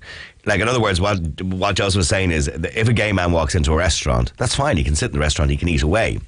But if Joseph owned the restaurant and the gay man said, well, I want to have my wedding reception here, then you're asking him to support something that he doesn't agree with. He'll support your gayness. He'll support the fact that you're gay. He doesn't have a problem with that. But he has a problem with you getting married. Absolutely. It's silly at this day and age. That's all. It's really silly. It does come across a little bit silly, Joseph, doesn't it? If you want to get childish about it, the fact is, right? Exactly. Don't be childish about it. I will, if I owned a restaurant and two gay men came in and sat down, and I don't care what colour they are, what religion they are, I would serve them. I would have no problem. And I would make conversation with them, and I would not be rude to them.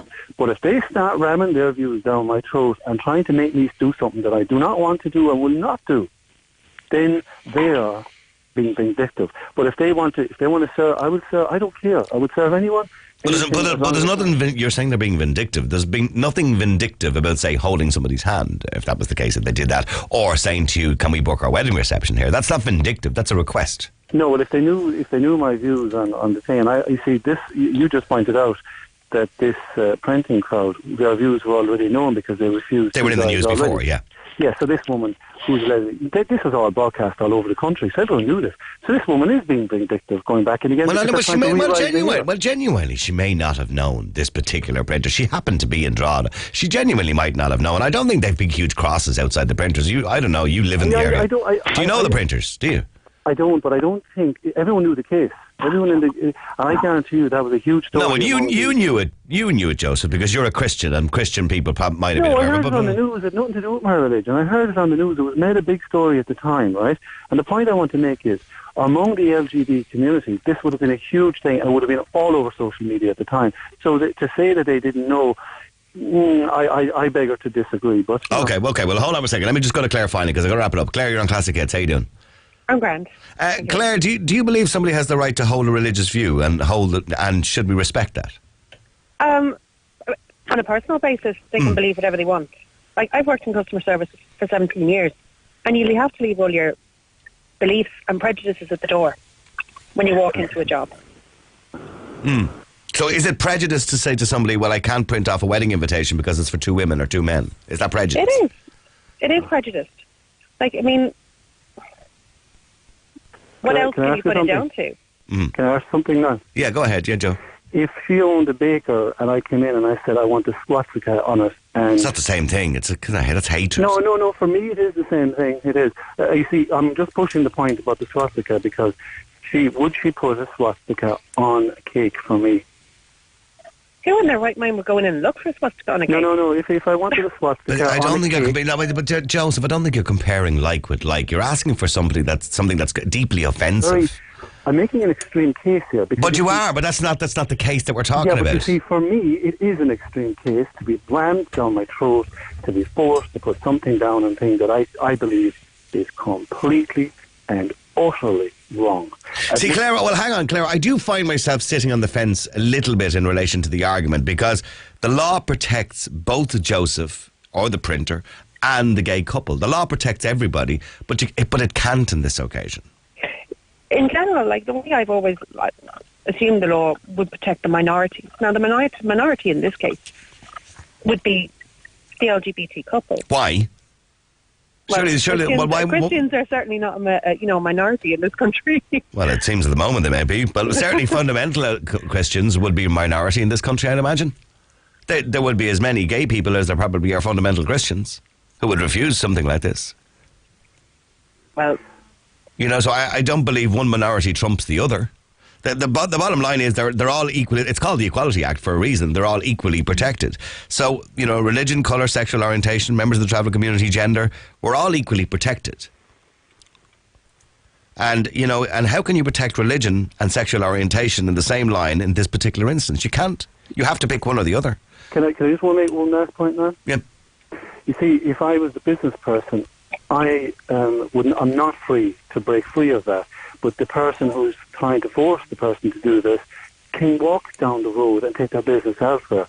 Most businesses will take it. But most Christians in this country, Joseph, a lot of people are Christians in this country, they wouldn't refuse a gay couple based on the fact that they wouldn't. But you see, you would. Yes, I would. I would refuse if I was asked to do something that I disagree with. I'm not a Christian anyway, but most Christians wouldn't refuse. They wouldn't take the religion that far.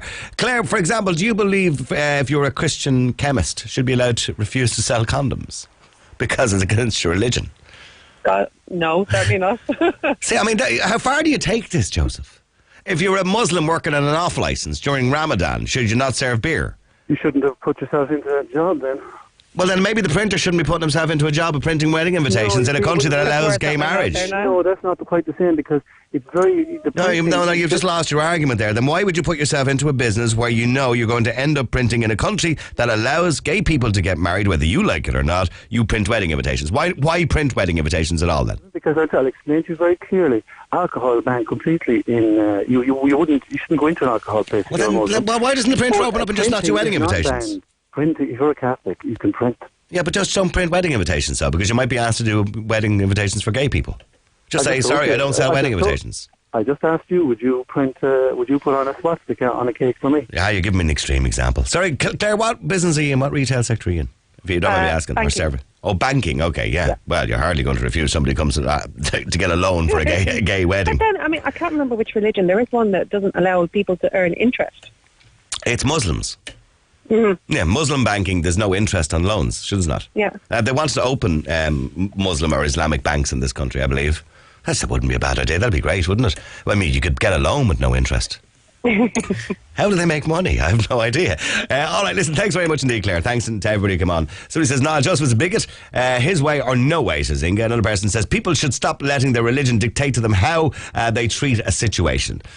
Think for yourself. Another person says, hi, Niall, why do gays speak so aggressively? That man is right. Another person says, Niall, I genuinely believe that people are doing this just to get a reaction. Attention seekers, grow up before you get... Oh, yeah, I'm not reading that out. Another person said, I'm sick of these gays. They will lose support the more they keep going on about it. Another person says, is that gay crowd still harping on and on? The general public are sick to death of gay people and every other minority crying on the airwaves. All right, let's move on. And I want to talk about telling your employer that you're pregnant. There's an interesting email here. It says, now, I know you discuss topics suggested by listeners on your show, and I'm hoping you might be able to discuss this one. For me, my friend recently went for a job interview in a pretty big business. It was a very difficult road for her with many interviews, and in the end, she was a very successful candidate. I was delighted for her when she told me. She came to my house and said we should celebrate, and we went to get a bottle of wine. She then told me her second piece of news for the day, that she'd just found out she was pregnant. I was delighted for her, of course, but then I said that she must be obviously scared about telling the new job, and she told me she isn't going to tell them yet. She said she found out she is pregnant the day before her final interview, but she didn't tell the job. She said she is going to wait until she's showing and then tell them. I think this is really unfair. I think it's really unfair what she's doing, because she's going to go on maternity leave and the company are going to have to hire somebody else temporarily to replace her, and also that job could have gone to somebody else who probably really wanted it. I'm out of work at the moment, and maybe I'm being a little bit biased by someone it's a bit biased by someone like me who is searching every day for a job, but I could have taken her place. I have no kids and don't plan on having any soon. So when I hear of people like my friend getting a job and getting pregnant, it just annoys me, because I want a career and people like her are stopping me from getting one. I wonder, could you ask your listeners if they think she should have been forced to tell the employer at an interview that she was pregnant? It's a very difficult situation, by the way. The law says, by the way, just to clarify, that she doesn't have to tell the employer. A woman can go for an interview for a job, pregnant, and as long as she's not showing, nobody will even notice it. She doesn't have to tell the employer. Now, there's two ways of looking at this. It would be unfair on the woman. It would be a disadvantage to her if she tells the employer. She's probably not going to get the job. That's the bones of it. Even though that would be illegal, she's not going to get the job. If a woman goes for an interview for a job and she tells the employer or the interviewee, by the way, I'm pregnant, they're not going to give her the job. Unless she's very specific skills that they really, really want on a long-term basis. She's not going to get the job. She's going to be discriminated against. But you also got to take the employer into consideration. They have rights too. Why would you want to hire somebody when you know you're going to have to replace them again for 6 months? That doesn't make sense when you might have somebody equally professional, equally qualified in the interviews that you could hire instead who's not pregnant. So you're not really being fair on your employer either, your future employer either. So there's kind of two ways of looking at this story. Now, the woman must tell her employer that she is pregnant by the 15th week before her baby is due. This is called the notification week. So realistically, she doesn't have to tell the potential employer. Maternity leave can be a problem for many small businesses. They have to hire, obviously, temps for the time being that the woman is off, which can cost a lot of money and can be a problem if you have to train people too, particularly in jobs that have specific skills. But I want to ask you a simple question today. Should a woman have to tell a potential employer that she's pregnant during an interview? It happens a lot, more than you think. And that's why women between the ages of 18, 35, childbearing age, are discriminated against. They are. That's a fact. I can understand why it happens. But if in an interview, a question is asked like, well, they probably wouldn't ask, but if they find out or figure out that you're in a relationship and you're close to getting married, The interviewer's going to be thinking, she's going to be having babies soon. Won't give her the job. So they've got to play that part down a little bit. Text 53544. I want to ask you a simple question. Do you believe a woman should tell a potential employer that she's pregnant? This is the Niall Boylan Show. Time to join in the conversation online or on your smartphone. Real Talk Radio. Classic Hits 4FM. Gareth O'Callaghan in the afternoon. With only 10 days to go till the clocks go back at last, I hope you'll join me on Thursday afternoon. Guess the question is worth €480. The answer is 1980 and the clue, think bigger. You get to nominate who wins a bottle of bubbly and a family holiday with Maldron Hotel Oranmore Galway, the destination for family fun this autumn. We've a lovely break to give away all this week. I hope you'll join me Thursday just after 3. With the National Dairy Council. Just after exercise, try milk. It's naturally rich in protein. Classic Hits 4FM. 2017 is the year of the rooster. That's your wake-up call, because it's your year for a new Volkswagen van. Order your 171 Volkswagen Transporter, Caddy or Crafter before December 31st from just €47 a week, inclusive of 3-year servicing. Choose from Ireland's only commercial vehicle PCP finance solution, or 0% HP finance. 100% premium, 100% professional. They're your perfect business partners. Visit volkswagenvans.ie for more. Terms and conditions apply. Volkswagen Bank GmbH Branch Ireland is authorised by the Federal Financial Supervisory Authority in Germany and regulated by the Central Bank of Ireland for conduct of business rules. Hey, it's Tom McKeown from the Old Music Shop Restaurant, Cafe and Wine Bar in North Frederick Street, Dublin 1. So the kids are back to school, the evenings are getting shorter, and there's only so many shopping days till Christmas. Let us help you with one less hassle, your Christmas party. We've got the lot. An awesome restaurant, fabulous food, and wine and champagne that complement everything perfectly. €25 per person for a 4-course meal. T's and C's apply. Call 01 879 7888 or see oldmusicshoprestaurant.ie. I am what I am. Because you're the sort of person who appreciates free day-to-day banking with no transaction or maintenance fees, we'll give you free day-to-day banking with no transaction or maintenance fees. The KBC Extra Current Account. Lodge €2,500 a month and open up a world of extras. You be you, we'll be your bank. KBC, the bank of you.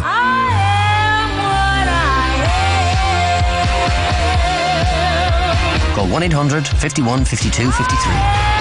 Click kbc.ie or pop into your local KBC hub. Terms and conditions apply.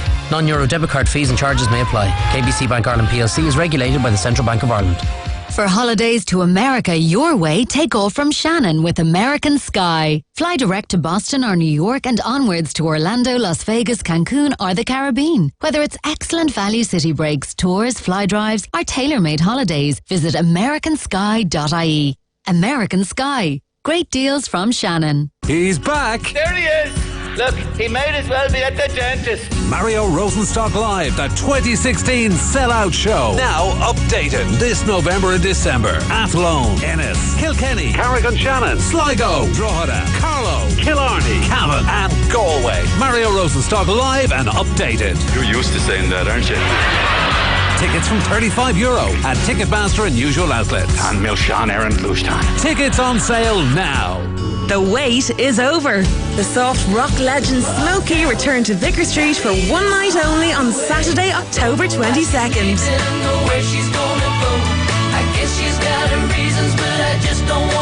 Smokey on Saturday, October 22nd. Tickets on sale now from Ticketmaster.ie. Contour your body with Cool Sculpt at River Medical. Cool Sculpt is the original fat freezing treatment, proven to reduce fat by up to 40% after just one single treatment. The tummy, back, thighs and even under the chin can all be targeted.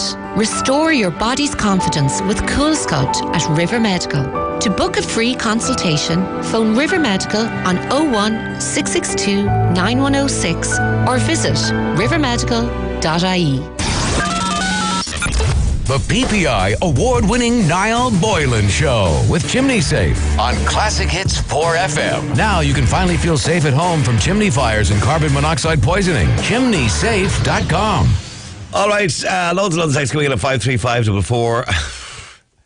John says, my son got hit in the head today by a football in the schoolyard. He was asked if he wanted to report it, the other boy, for bullying. When he said no, it was just an accident. They contacted me. What?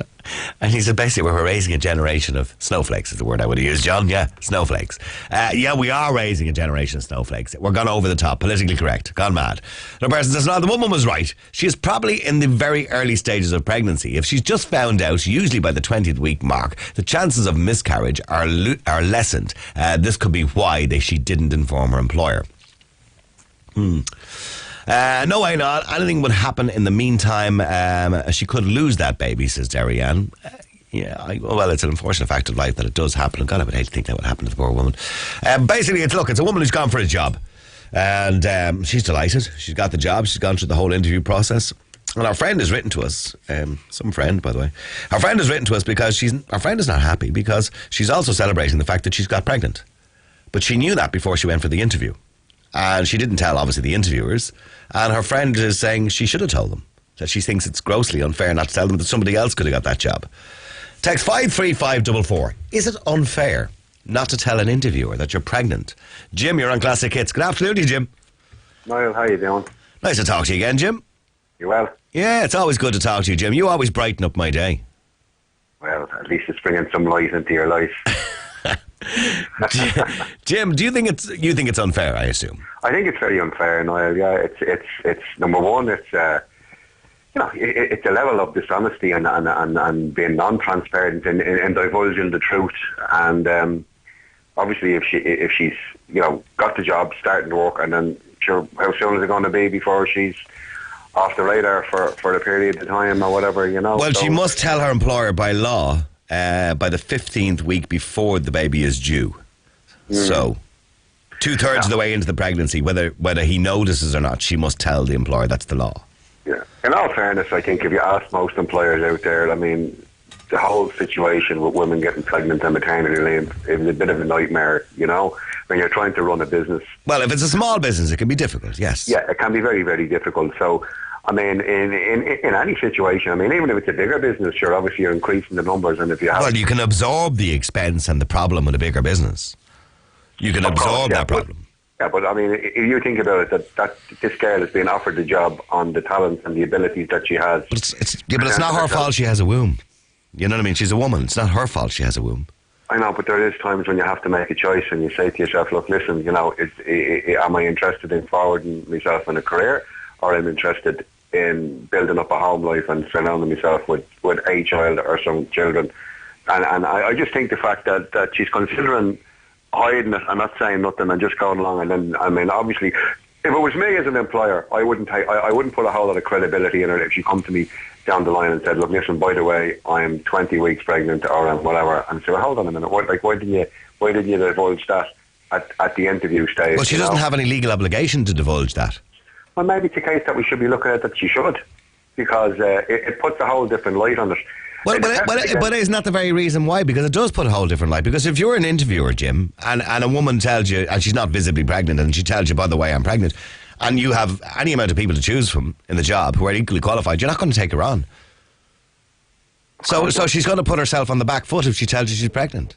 Yeah, but if you have a business to run and you need to have key people doing key jobs, and you're taking that person on to do a job, and next of all they're going off the radar for 6 months. 6 months. Yeah. Or possibly more if they take time off at their own expense afterwards. Exactly. So that's very unfair on a person who is not pregnant.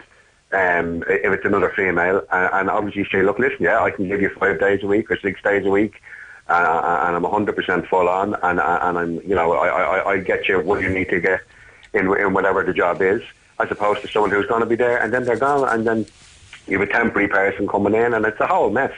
So I honestly believe that maybe it should be included. If it's the case that a person tells a white lie at that stage and say, look, listen, if it was they were asked. Well, it's not a white lie because they wouldn't be asked. There's no interviewer is going to say, by the way, you're pregnant. That would be illegal. Well, that's illegal. Well, I honestly believe, to be honest with you, it should go like America, where I think you should take a polygraph with a lot of jobs now, because there's that many people out there that tell lies and fibs and blag their way into jobs, and a lot of it is telling porky. So I think, to be honest with you, maybe it'd be no harm that if that was a question on an interview stage with a polygraph and say, listen, are you pregnant? Oh, okay, fair enough. Okay, well, stay there for a second, because Sonia, you're on Classic Hits. How you doing, Sonia? Hiya, how's it going? Sonia, do you believe... Well, Jim is suggesting we change the law. I think they used to be able to ask it years ago, and we changed it so they couldn't. But he believes that the employer should have the right to know that you're pregnant.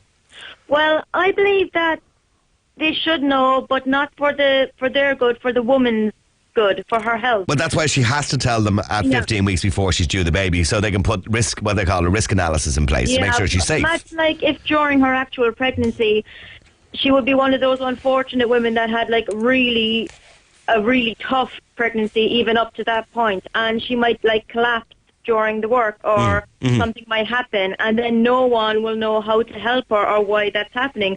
Or people might be giving her jobs, like lifting heavy boxes or something like that, and if she denies it, then they'll be wondering, why are you saying you can't do this? So it would cause an awful lot of issues for her health-wise, and I just think it's kind of like she shouldn't be afraid to speak out about it as well. But of course she's going to be afraid to speak out about it, because the logical conclusion is if you're in an interview and you tell the employer or the person potentially employing you, in most occasions, not in all, unless you have a specific skill, that you're pregnant, you're probably not going to get the job. Yeah, I know. I think there should be definitely something done about that as well. But what can you do about that? That's human nature. I know, like with I don't know, employers and stuff, there should be something in place for them not to be able to discriminate against women like that. And they can't. By the way, legally they can't, but you could never prove that. The employer will say, well, I just didn't give her the job because I thought the other girl was better. So. Yeah, but I also believe that the woman needs to take care of herself, and her body and her baby, of course, are the most important thing. And she needs to be able to know how to take care of herself in this situation. And doing this might actually cause her serious health conditions, because you don't know what's going to be expected of her in the job. I mean, Jim, your level of thinking suggests that a woman shouldn't even be going for an interview if she's pregnant. Oh, well, what I'm saying is that girl has used the word which just makes me laugh in this day and age, like discriminate. It's not discrimination. Well, it is. It is. You're discriminating on a person because they happen to have a womb. Well, what about the business? What about your responsibility when you go for an interview? You're making yourself available and ready for work. Now, if you're not available and ready for work due to a pregnancy or due to a sickness, the employer should have the right to be able to determine that at the beginning. And you never know. I mean, I'm not saying on the place here, look, listen, okay, we're afraid you're pregnant, right? Okay, well, we might be able to make some allowance, or, we could do work or something. But if you're not saying nothing at all, and you know that you are, to me, that's 100% wrong. And I mean, as I say, we're back again in 2016. As soon as the ball doesn't hop the way they wanted to hop, it's discrimination, it's racism, it's prejudice, it's this and it's that. And I think that's wrong. See, I can see both sides of the argument, because I can see why a woman wouldn't say it, because realistically the employer's not going to hire her. And then she's invariably, and Sonia's right, she's putting herself at risk then, because she's now in a job where people don't know she's pregnant, and she could be said, will you climb up to the top of that shelf there and get all those boxes down, which is not something you should be asking a pregnant woman to do. So she's putting herself at risk as well. Yeah, well, she's no business going to an interview if she knows she's pregnant on the basis of... She's no business going for an interview if she knows she's pregnant. She's no business going for an interview for a job on the basis that if she does get that job, she's taken that job away from a person who is able and ready to commit to what the requirement of the employer is. That's been straight with you. Is that a fair statement, Sonia? No, I don't think that's a fair statement. Like, a lot of women are actually able to do quite a lot of good work when they're pregnant. I mean, just because they're pregnant and, like you said, just because they have a womb does not mean that someone should deny them the opportunity to work. I mean, know that they're pregnant, they will need the money more. Okay, well, do me a favour, stay there, because I want to come to Sharina after the break as well. Loads and loads of texts coming in at 53544. I'm asking, should a woman have an obligation to tell an interviewer during a job interview that she's pregnant? This girl in the email, by the way, her friend sent us in, only found out a couple of days before the interview that she was pregnant, but she never told them. And our friend is a little bit disappointed and said she should have told them, because now she's going to be taking maternity leave, and she said that somebody else could have got the job. Is your blood boiling yet? Call Niall now. 1850 410 494.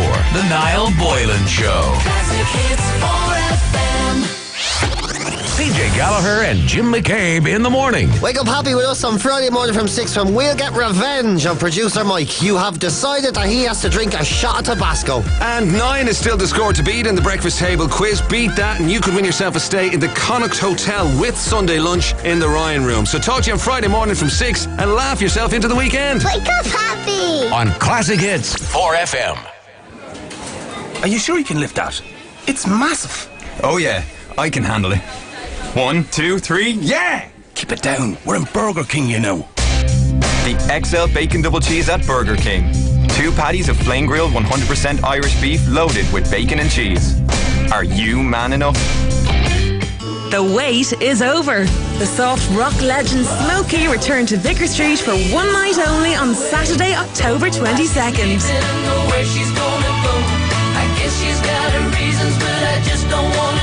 Smokey on Saturday, October 22nd. Tickets on sale now from ticketmaster.ie. This week at Centra, we have amazing offers, like Centra Fresh Irish Chicken Breast Fillet 680 gram, now €6. Trick or Treat Fun Size Treats, only €2. Ideal for Halloween. Carlsberg 8-pack cans, now only €10. And for this Thursday to Saturday only, Goodfellas Thin Pizzas are just €1.50. Centra, live every day. Enjoy alcohol sensibly. For the perfect Sunday roast, choose Dunn Stores, the Irish quality food retailer of the year. Try our succulent Ward Bia quality assured sirloin roast beef for just $11.38 per kg. That's 33% off and perfectly complemented by our range of fine wines. Now at 25% back on all wine and champagne and Valley Club card points when you buy 6 bottles or more. Plus, get a €10 voucher with every €50 spent, meaning your next €50 shop could cost just €40. Dunn Stores, always better value. See in store for details. Drink alcohol sensibly. Calling all brides-to-be searching for a bargain. Look no further than the White Room Bridal Salon Mullingar. They're hosting a massive sale from October 21st to 23rd. With dresses starting from as little as €200, this is a sale not to be missed. With brands including Pronovius, Paloma Blanca, Michaela, Jesus Pero, Enzoani, plus many more. Huge selection of hair accessories and veils. Book your appointment at thewhiteroom.ie now or call 044 934 7661. Something got me started. Simply Red. Celebrate 25 years of their iconic album Stars. Live in concert. Friday, November 11th at 3 Arena. All the Stars hits plus other classics live. Tickets from $55.65 on sale now. Additional charges may apply in certain circumstances. Simply Red, live at 3 Arena this November. Contour your body with Cool Sculpt at River Medical. Cool Sculpt is the original fat freezing treatment, proven to reduce fat by up to 40% after just one single treatment. The tummy, back, thighs and even under the chin can all be targeted. Restore your body's confidence with Cool Sculpt at River Medical. To book a free consultation, phone River Medical on 01 662 9106 or visit rivermedical.ie. The PPI award-winning Niall Boylan Show with Chimney Safe on Classic Hits 4FM. Now you can finally feel safe at home from chimney fires and carbon monoxide poisoning. ChimneySafe.com. My gosh, I thought there was a text in there saying that Jim is the sexiest. It's actually he's a sexist. No, that man must be an employer. He's a sexist.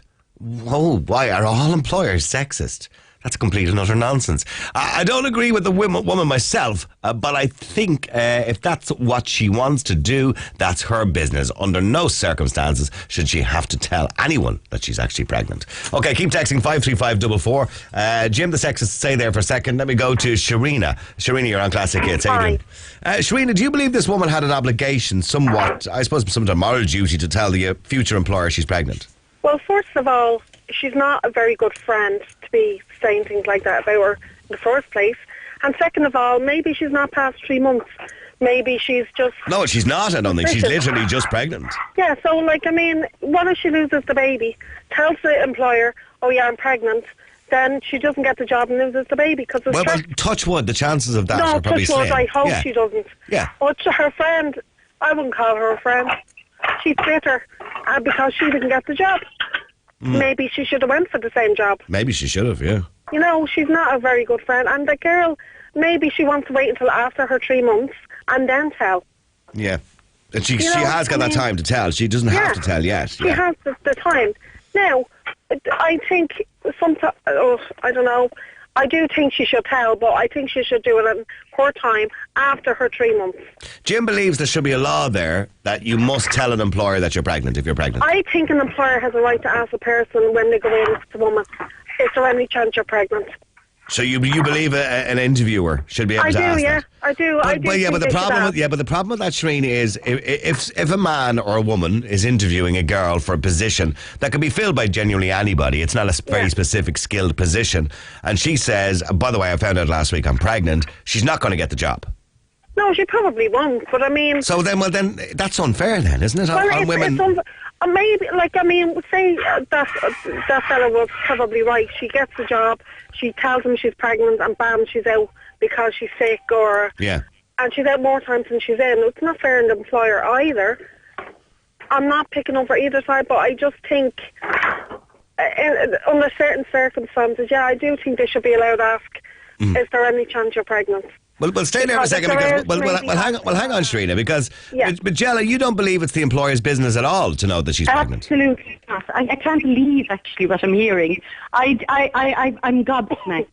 None of his business, high up nor low down. All the employer is concerned about is the qualifications the person has, whether they're able to do the job he or she wants them to do, that they're able to do it properly, that they're able that they do a decent day's work for a decent day's pay. It is none of his business whether she's pregnant or not pregnant. That is absolutely none of your business. That's a personal issue. Excuse me. Sorry, Jim. What did you say? If she's going to draw a salary for doing a job that she can't do, it's all of his business. You see, if you just let me finish. Maternity leave ends at some stage. Going out on maternity leave is not the end of the world. If an employer can, you're going to have to let me finish because I didn't interrupt you. I'm going to have to finish what I have to say, or else there's no point. If someone, it's absolutely her personal and private life, because if you extend it, if someone comes in and they're not pregnant and you know they're recently after getting married, have you the right to say, well, right, what are your family planning arrangements? When do you intend starting a family? You have no right. It is none of your business.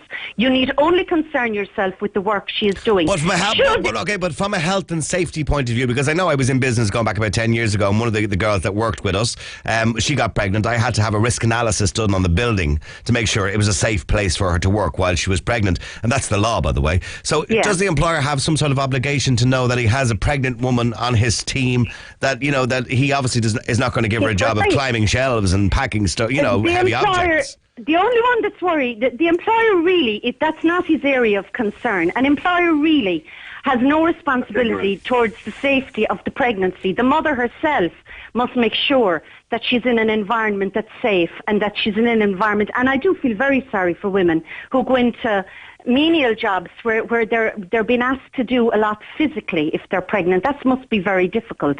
But the boundary lines are very clearly drawn, Niall. The boundary lines are very clearly drawn. You have no right to ask anyone about their family planning arrangements, whether they're pregnant, whether they're not pregnant. That's none of your business. But you do know that recruitment agencies in the UK, they put out a report going back a few years ago that 70% of employers under the counter will say to them, we don't want a woman of childbearing age. Of course they will, because that's a business that's not very well equipped to cope with maternity leave. We've come a long way from the 1950s. Jesus. Okay, well, hang on, just very quickly. Sherina, there you go. You've heard what Magella said. Now, I know you said that the employer should know or should have the legal obligation to find out. But, I mean, Magella makes a good point. It kind of puts the girl on the back foot, doesn't it?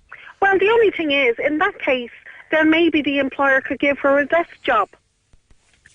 Maybe the desk job is not available. You know what I mean? She's missing the point now. No, I'm not missing the point. You are, yeah. I'm not. You think the employer is concerned about the woman and her pregnancy, and that it's his job to be concerned about her safety. But if something happens, he feels responsible. But he's not responsible. He's responsible for all his employees and for all their health and safety, but not particularly for the pregnant employee. He has no more extra responsibility for her than he has for any of the rest of his employees. Okay, well, on that note, I'm going to have to wrap it up, girls. I've run completely out of time, and I apologise to some people I couldn't get to there, and I'm sorry to Anne and everybody else. Loads and loads of text coming in at 53544. Garda Callahan's on the way.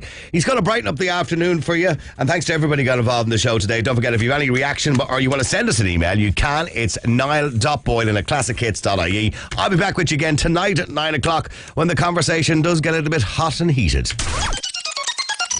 The PPI award-winning Niall Boylan Show with Chimney Safe on Classic Hits 4FM. Now you can finally feel safe at home from chimney fires and carbon monoxide poisoning. ChimneySafe.com. I am what I am. Because you're the sort of person who appreciates free day-to-day